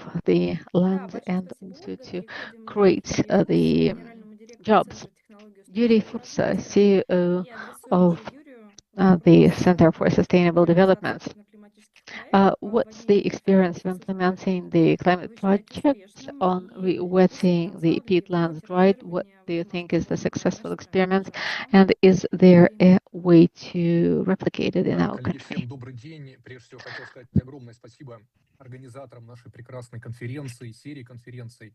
Thank you very За much to all активное the участие organizers в and the рамках Russian проходившего participants саммита КОП-30 of the Государственной Climate компании Summit ГО ООН России. Коллеги, 30 спасибо вам of огромное за the потрясающую работу. National Network of Отдельно Global спасибо нашей Compact модератору in Russia. Светлане. Светлана, вы собрали So, потрясающий, Svetlana, you have потрясающих gathered выступающих. an Я могу сказать, outstanding set of я speakers, был truly outstanding, and приятно поражен тем, I что was коллеги уже рассказали impressed и про by экосхемы what услуги, the и про colleagues have необходимость been telling me мониторинга, about the eco и services, for the про, need of собственно говоря, и monitoring про сами торфяники, и про проекты for поглощения. the Почему? Потому что peatlands and for the это все consumption является projects. характеристиками фактически тех трендов, которые есть в These мире are в the плане климатических проектов, characteristics то есть of те характеристики, которые the говорят climate о projects in the world. высококачественных It's климатических the проектах. Сегодня characteristics вокруг that двигается speak of high практически весь quality climate мир. projects И where the я entire немного об world этом is расскажу.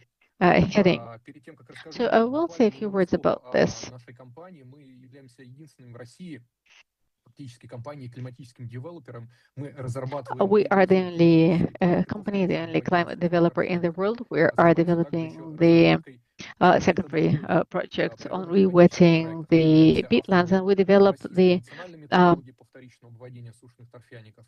И чуть позже об этом расскажу. Являемся авторами we're совместной going методологии to also talk about the joint methodology on the dried peatlands and the Register of Global Carbon Council last week on the 5th of November. This methodology was accepted, and it is now the official methodology of GFC that makes it possible to implement these projects in Russia and to make them part of the international ones. Фактически ключевой тренд развития добровольного рынка, прежде всего природно-климатических проектов, это стремление it's about the development of a different market. It's about attempting the high quality of the climate projects and ensuring the high quality nature-based and climate projects, and that's the goal the entire world aspires to, and us as part of the perimeter of the National Register of Carbon Units. And indeed, the key characteristics of quality, whether it's the measurability, the additionality, the quality, the permanence, and also colleagues talked about the DMRV, the digital monitoring, reporting, and verification. That is yet another important key element to prove quality. That is, if you have a set of these instruments as satellite-based information, the information with the drones, with the sensors placed in them, this certainly makes it possible to make the projects more transparent. This is clear for the clients and for the recipients. The benefits now. The benefits are exactly like Olga said, is what qualifies the quality of such projects, and they are implemented in two tracks. That's biodiversity and the positive impact they have on the local communities. We should never forget about when implement the nature-based projects. So basically, high-quality climate projects are indeed the projects of absorption, because it's the situations that happen now and again with the reduction project, with the Red Plus project. So this is what gets us to think about the standards and the and to make sure how we can move onwards towards the absorption projects, because they ensure the longer term storage of carbon, because it's possible to use that for the natural and technological projects.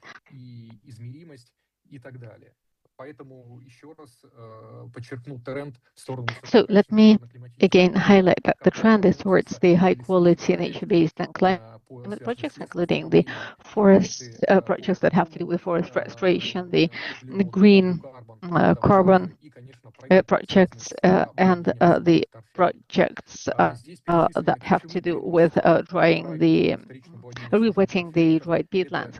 Now, the rewetting of dried peatlands is about long-term storage. It's about pretty low economic expenditure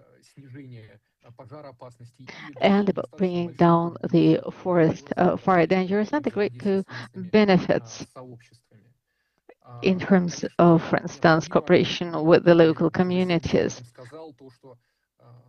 Sergei also said that all the natural and climate projects are evaluated in terms of the ecosystem services, because every client is after high quality carbon units, but also after the kind of additional non-carbon benefits that are proposed by the projects like peatland rewetting. Because we can also produce some more units of biodiversity that are already issued in the world. So it's the quality of water, prevention of floods. The insurance companies are much after this, and there are examples when they are paying the awards for addressing this issue and also bring down the risks of forest fires. Well, clearly it doesn't take any additional burden. It's pollutoculture, the berries, the plant farming, leisure and environmental tourism. It's the renewability of the sources of energy with the issuance of certificates in cooperation with the global communities, with the local communities, to achieve the global developments, sustainable development goals. As to the relevance of these subjects, well, in Russia, we're talking about the need and the great potential for climate and for the re-wetting of peatlands. In fact, in early 20th century, peatlands were developed very extensively for energy goals, for agricultural purposes, and the potential for re-wetting is clear in the European part of Russia as well. So peatlands are going to address the issue of forest fires as well. Применении, да, того, о чем я уже рассказал, мы являемся авторами и, собственно говоря, also we are the authors and the developers, the implementers on the first Russian projects of re-wetting of peatlands. It was registered in the National Register of Natural Units. 1,200,000 hectares is the area of this project that's implemented in line with the national methodology on secondary watering, re-wetting of the peatlands. Right.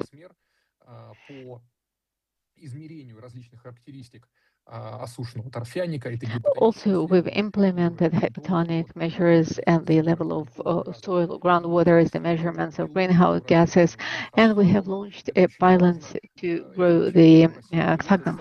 In fact, it's the first project jointly with the faculty of biology of the Moscow State University and of the Tver State University. We're very proud of this pilot project, and in fact, the goal of this pilot project is to develop the Russian national methodology. That's where we're moving, and our goal is twofold: to cover up the water resource, to bring down the methane emissions, and also there is a commercial interest, of course, as well, to humus sphagnum. That's an interesting ecosystem factor. We work very closely with the local communities, and that is very important for us. That's an important element for us. Also, the national methodology is now developed with the format that is currently relevant, and this is very much in line with the track of interaction. It can be well accepted within the perimeter of the methodology that's in line with the Corsia program. Now, the international methodology, a few words about that. Based on the order from the Global Carbon Culture Council, we worked out a methodology with them on the nature-based and climate projects to re-wet the dried peatland in the moderate climates. That makes it possible to develop these projects in Russia, to get the internationally recognized carbon units and GCC. In fact, GCC units are eligible for Corsia, which is a great thing. So on that, I complete my presentation. Thank you very much. Thank you so much, Yuri. I believe you have one of the highest levels of awareness in nature-based and climate projects in Russia. If you extrapolate for the future, how do you see the pipeline of nature and climate based projects in Russia for 10, 15 years to come? Thank you.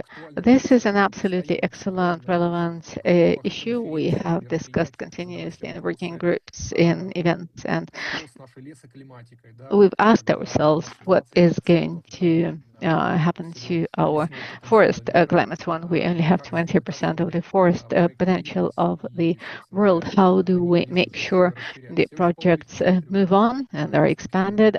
I have very positive expectation of the prospect of the carbon market, especially considering the active movement towards Corsia. I am considering separately the track of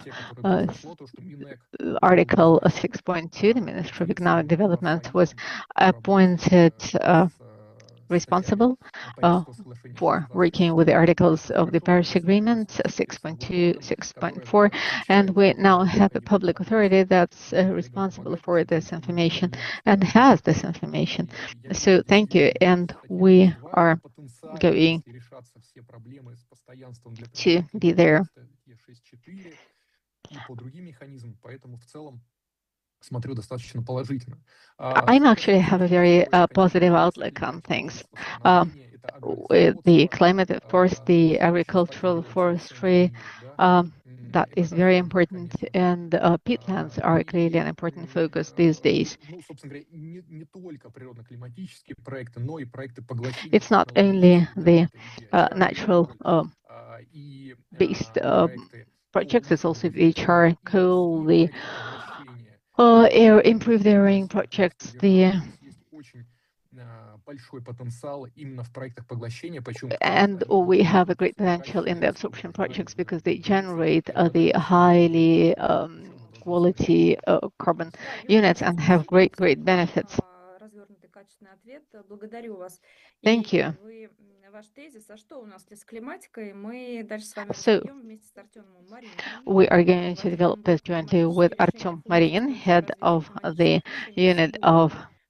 который расскажет о климатических проектах компании Сибур. He's going to И present the forest climate projects of Sibur company, and he's going to demonstrate the natural impact of such projects. Thank you very much, colleagues. Thank you. Thank you very much again. Thank you very much for the quality sessions and the scope. And also, I would like to make a quick comment on why Sibur company is working on this at all. Actually, this year we have updated the strategy.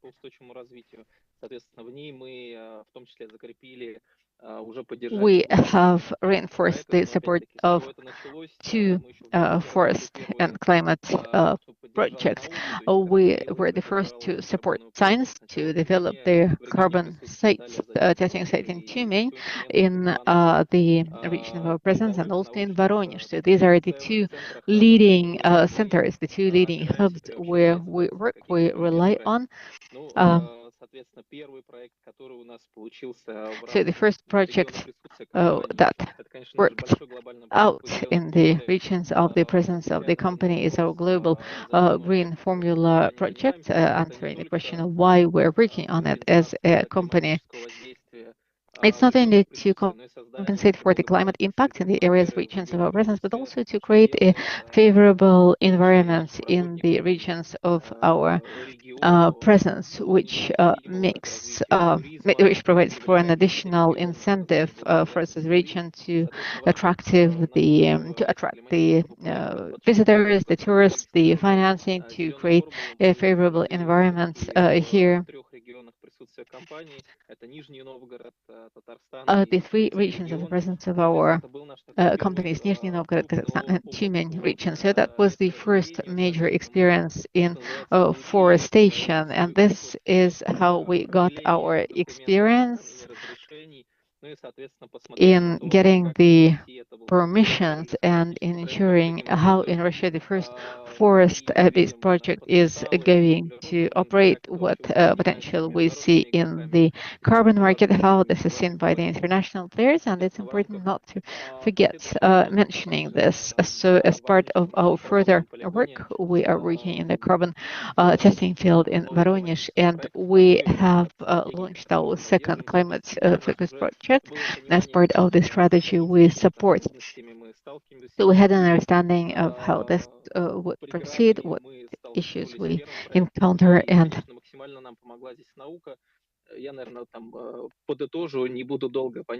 how we could focus on that.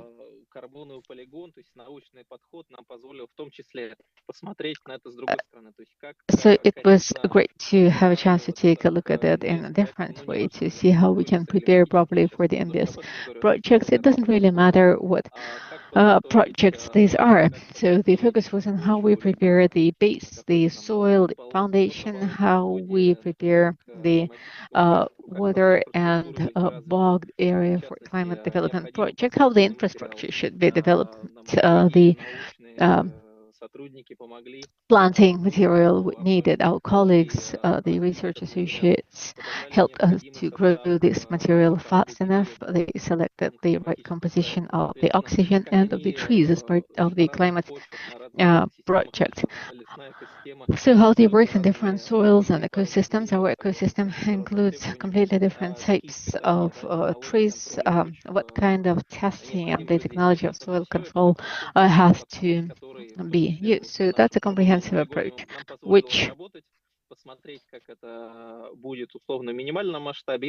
made it possible for us to try it out small scale and to transpose it to a bigger project. So we see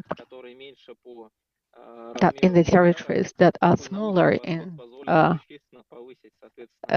terms of the size, how it made it possible to improve the carbon deposition of soil, how to get the best impact from one hectare to improve the impact. Now the co-benefits, my colleagues Olga and Yuri talked about. It's about the development of the competences inside the company with the partners that did it together with us, and with the development of the areas of planting and breeding special plants and animals. It's the development of the science of corridors, the corridors of the relocation in the forest of all these types of animals. It's about bringing down the risks of soil corrosion in the area of plants and animal presence. So these are the additionality criteria that had to be demonstrated as part of the international requirements. So these are the benefits, the advantages that really highlight the climate-focused projects in Russia in line with the international criteria. Today, we are talking a lot about that in other sessions as well, and we talk a lot about compliance with the criteria, but it's also important to mention how they are going to be different from one another in the market. I mean, the carbon unit market, the climate projects is big today, and it's interesting. The company is growing, and what the colleagues were sharing today, the developments, the research demonstrates clearly that indeed we have the material base as the company and the basic methodology, they're all available.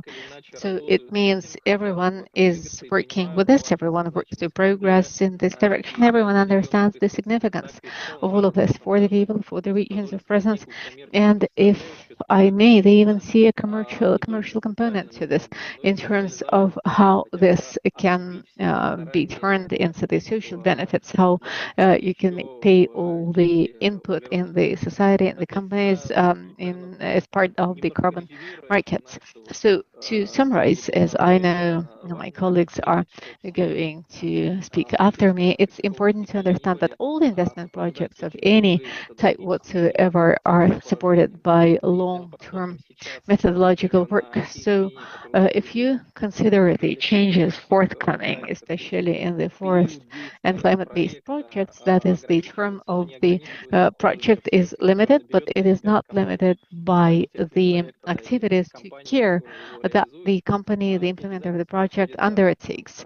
And these commitments extend to 40 plus years. That's important to understand, and it's important to understand it's not just a one-off impact. The company comes out, reforests the area, gets the carbon units and leaves the territory. Well, no, this is very long-term work, and it's very clear, and it's all been digitalized.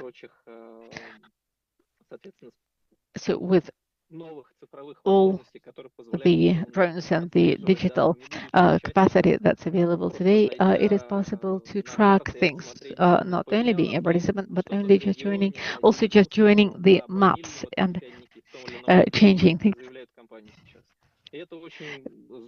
The way the company says it's great in every possible way. We're opening up to the companies and to the local dwellers the experience. We make it possible to consider how, with the help of these projects, the regions of present change and how the attitude of the companies changes to such projects. Thank you very much. Just a few quick questions with a few quick answers. This is your long-term project, and as you say, I mean, how long-term are they? What is the year by which Sibur is going to implement the climate project they're talking about? The green formula is until 2062. We completely understand it's yet another 40 years. The current legislation is registered for 15 years, and we completely understand that the methodologies that will be soon accepted in a forest and climate project are for no fewer than 40 years, extending beyond the impact of the project. And clearly, this is going to be covered by the care-focused activities annually. And also it includes the control over them to make sure the impact is preserved and extends beyond the project. Thank you. So here is a quick question and a quick answer. How do you address the issue of planting of monoculture?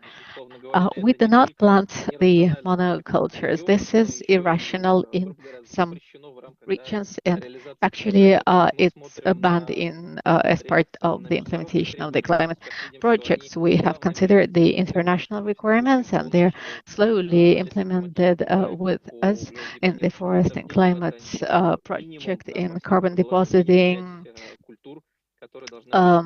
afforestation. It's at least 5 cultures that have to be planted, considering the characteristics of the soil. And we completely understand that we cannot plant everything right away altogether. It's got to be studied previously, and we've got to understand what we can plant, what kind of cultures, how dense they should be, what kind of forestation and planting it should be. This comprehensive approach produces the utmost effect. And if you approach this in a rational way involving the science and the research, that's the best. The most important thing is that you do whatever it takes. Спасибо большое, Артем. Очень приятно было слушать ваш доклад. Коллеги, у нас 18:00. Осталось 2 докладчика. Если нет возражений, то мы с вами задержимся на 20 минут, 10 минут каждому из докладчиков, и закончим в 18:20. Возражений не поступило, значит, мы от темы леса переходим к теме воды.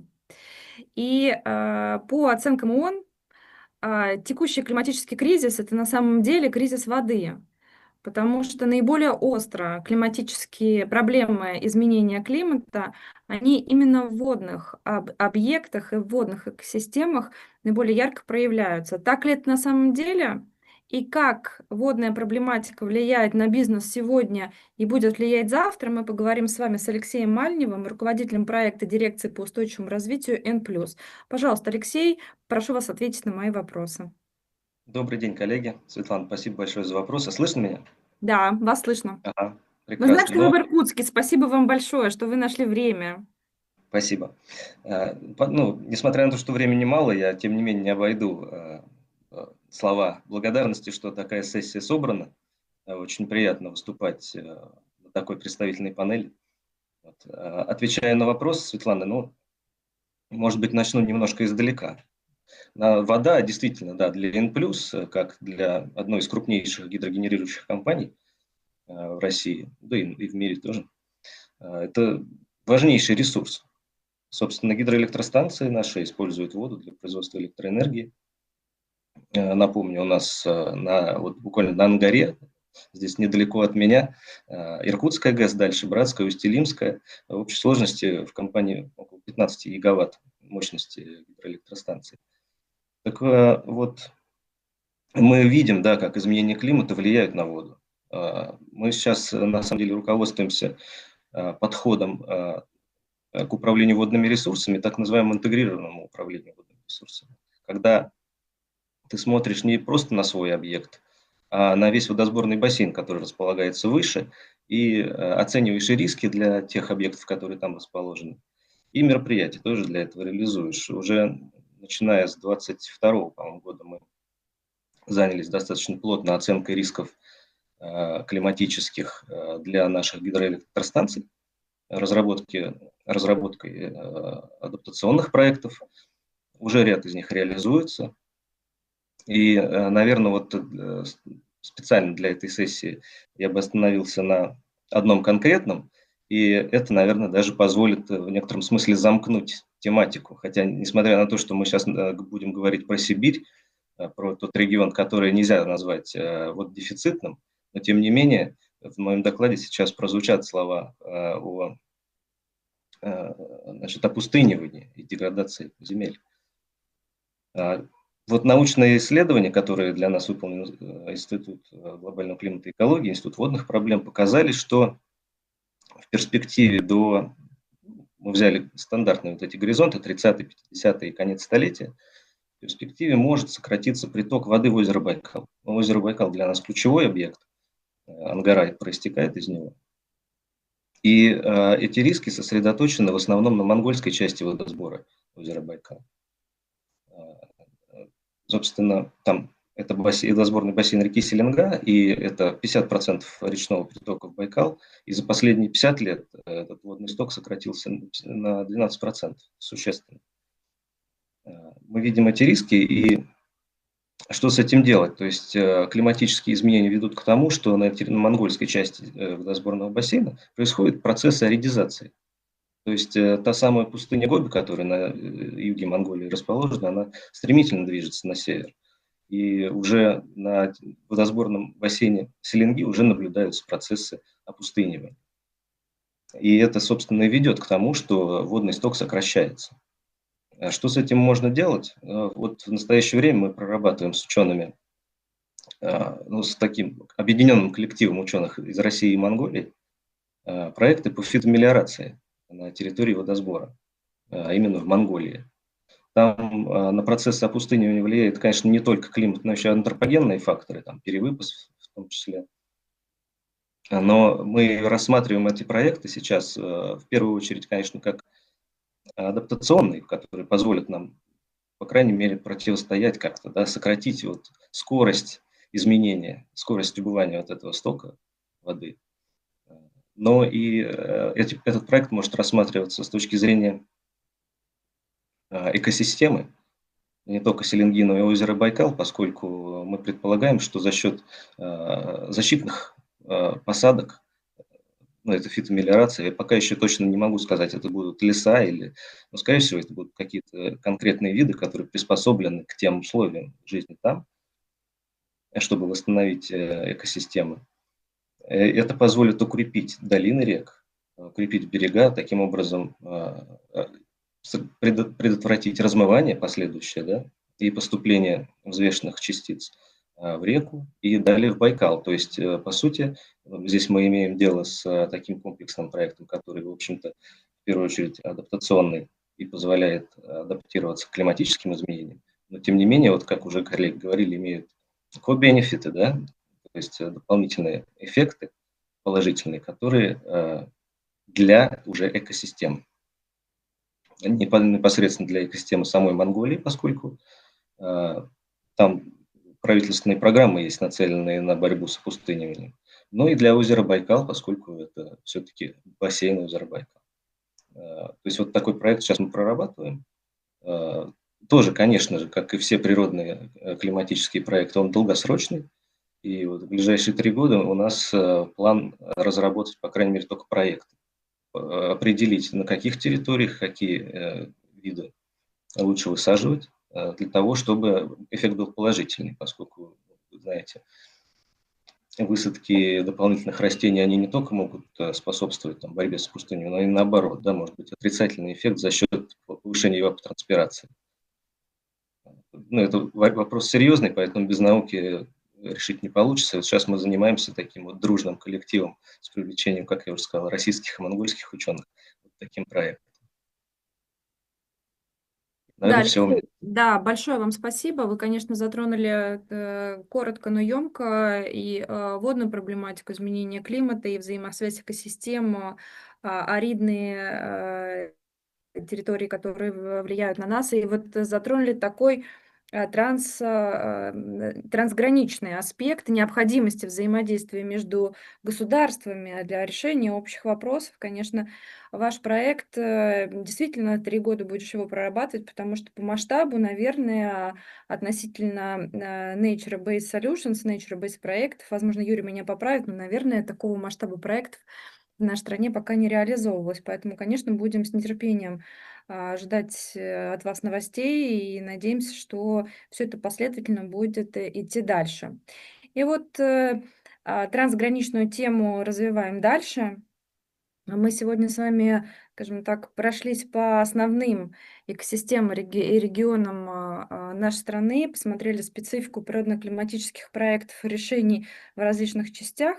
И вот как птицы из Арктики улетают в Африку зимовать, так и наши эксперты, наши технологии или наш опыт могут быть востребованы тоже в других государствах. И вот как наш опыт может быть востребован за рубежом, и что полезного мы делаем не только у нас в стране, но и на других континентах. Мы поговорим с Олегом Базалеевым, руководителем управления устойчивого развития и корпоративной репутации Nordgold.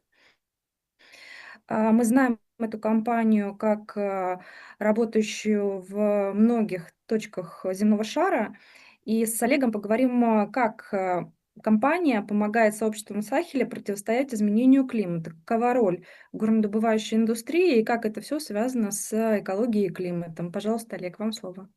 Добрый день, друзья. Ну, наверное, прежде всего, так как я последний выступаю, я хотел бы поблагодарить замечательного модератора Светлану и за представление докладов, которые здесь были, и, разумеется, за те вопросы, которыми челленджили замечательных выступающих. Я хотел бы показать презентацию. Так, вот она. Видно, да? Пока нет. Вот, сейчас видно. Сейчас Давайте видно. мы ее сделаем как слайд-шоу, ну, вот чтобы в режим показа был. Да, давайте. Получилось, да? Да. Угу. Да. Все, теперь Вот, все видим. да, и получилось, вы видите следующий слайд, да, теперь, вот второй, да, то есть Да, about Nordgold. Да, я буду, может быть, не на всех слайдах подробно останавливаться. Этот слайд показывает те регионы, где работает компания Nordgold, это золотодобывающая российская компания. И сегодня мы будем говорить о тех предприятиях компании, которые располагаются в Африке. А если говорить конкретно, это зона, так называемая зона Сахеля. Вы видите здесь на этом слайде непосредственно вот те страны, которые входят в эту самую зону. Это Мавритания, Мали, Буркина-Фасо, Нигерия, Чад, Судан и так далее. Да. И, собственно говоря, проблема она заключается в том, что в Сахеле температуры поднимаются в 1,5 раза быстрее, чем в среднем в мире. Это зона, где все больше и больше различного рода засух, но в то же время и наводнений. То есть, как говорят местные люди, как природа сошла с ума. 80% территории Сахеля, то есть тех территорий, которые пригодны для выращивания, пригодны для сельского хозяйства, они в настоящее время, как считается, деградировали, в том числе из-за интенсивности того, что там выращивают. Ну и в принципе еще одним таким вот осложняющим фактором является серьезнейший рост населения. То есть, скажем так, пищи требуется все больше, но при этом место для того, чтобы выращивать все это, его оказывается все меньше. И как это часто бывает в такого рода ситуациях,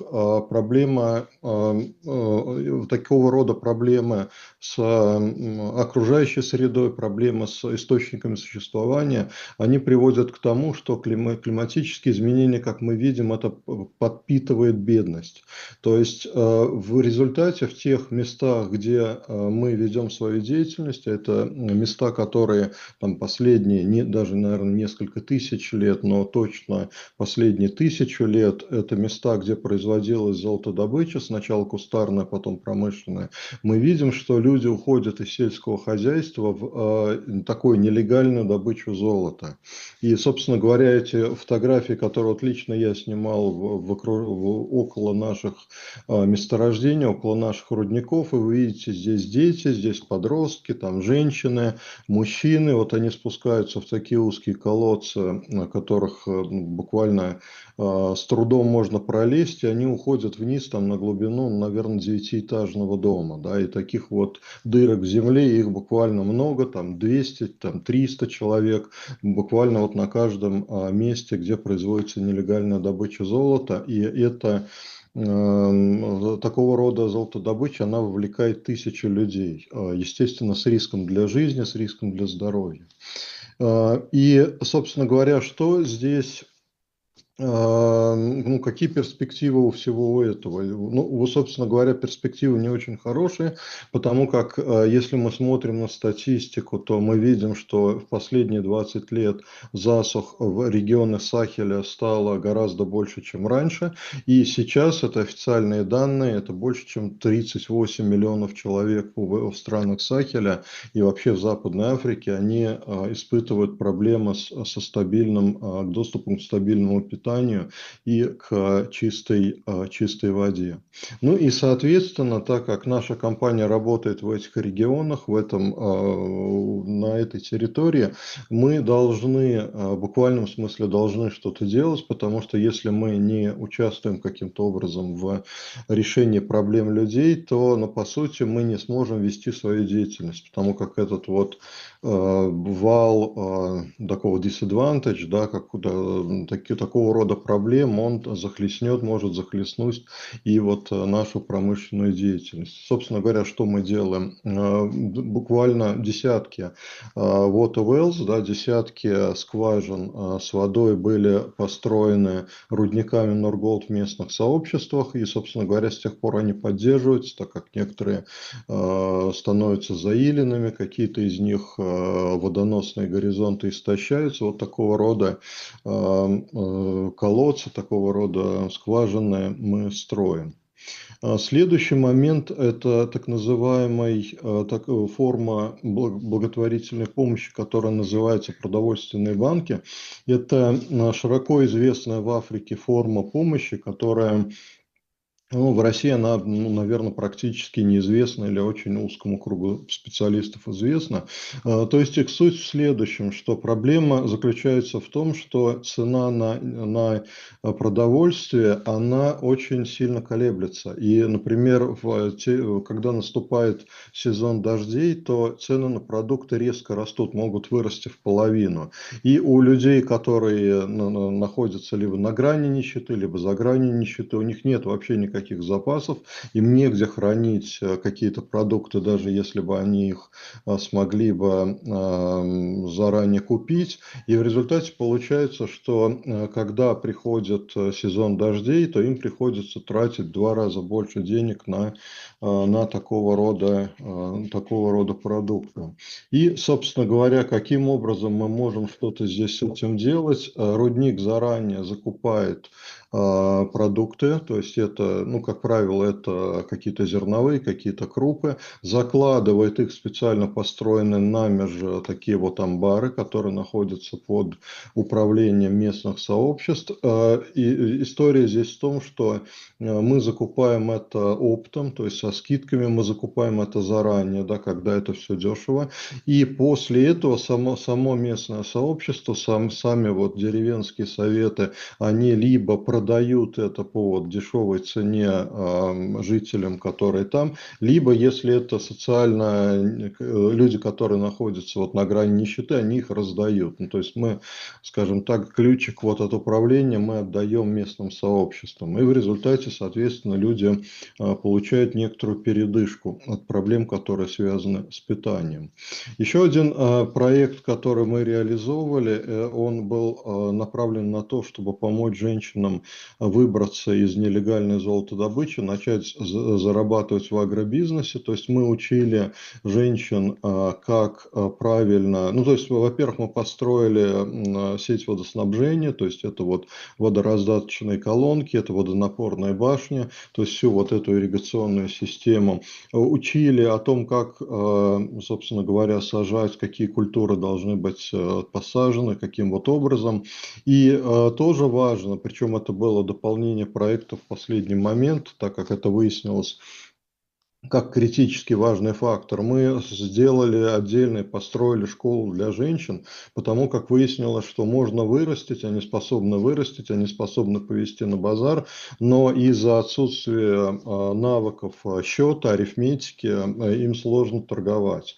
И, собственно говоря, вот школа с базовыми там, начальными навыками грамотности, как обычной грамотности, так и вот математической грамотности, мы это делали. Еще один проект, он напрямую был связан с нашей производственной деятельностью. Дело в том, что нам для нашей производственной деятельности необходима дамба, да, где дамба, по сути, образовалось водохранилище, и в результате речка, которая пересыхала стабильно вот в сухой сезон, она перестала пересыхать в сухой сезон, и, по сути, вот все 100% берегов вот этого вот резервуара, вот этой вот водохранилища Тайбан, они стали использоваться местными жителями для того, чтобы выращивать овощи.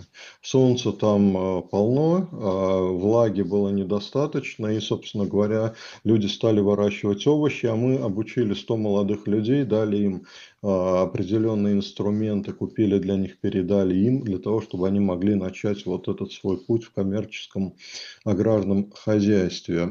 И вот, собственно, следующий момент — мало вырастить, да, еще, как я уже упомянул раньше, надо еще, чтобы люди получили за выращенный продукт нормальную цену. И здесь мы тоже идем вот по такому вот win-win принципу, да, когда и мы выиграем, и местные жители. Нам же надо кормить тех людей, которые находятся у нас на руднике, и 70% овощей, которые выращиваются в округе, они покупаются рудником. И то есть, соответственно, мы не обижаем по цене, мы даем нормальную цену, это обеспечивает стабильный, скажем так, спрос. И люди могут заранее, скажем так, сажать свою продукцию, сажать там огороды, сажать поля, понимая, что это будет куплено.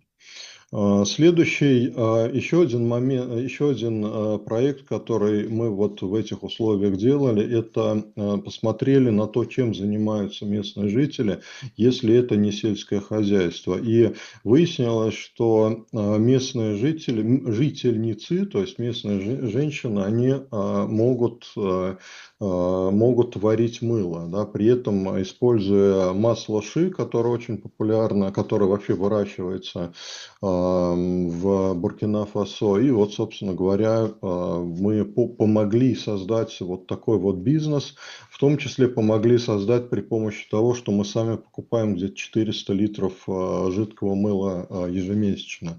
И, собственно говоря, вот так вот все проходит. Вообще, по факту, где-то это занимает 2 или 3 дня вот у нескольких таких женских бригад, да, то есть они собираются в специальных женских домах, опять же, которые мы построили в деревнях, то есть они там собираются, они варят мыло, они его потом вот режут на такие куски, заливают в канистры и, собственно говоря, сдают его нам, ну, либо все, либо, если у них есть еще какие-то заказы, они продают это куда-то на сторону, и в обоих случаях они получают с этого существенные денежные средства.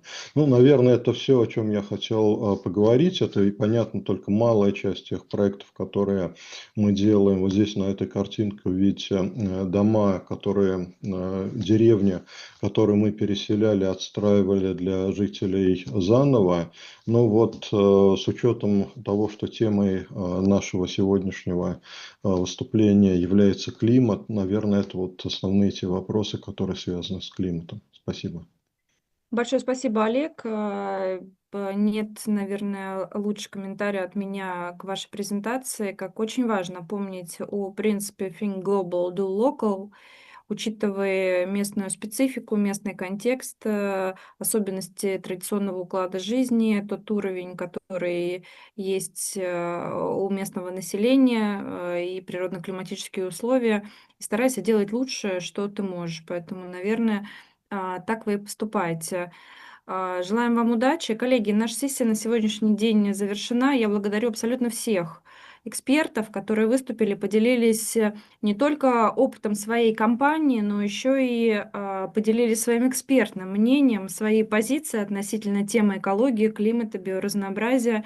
И особенно хочется поблагодарить, конечно, коллектив сети глобального договора ООН в России, которые в очередной раз показали класс того, как должны организовываться мероприятия. Коллеги, большое вам спасибо. Надеемся, что наши доклады заинтересовали публику и будем готовы отвечать на те вопросы, если они поступят в наш адрес.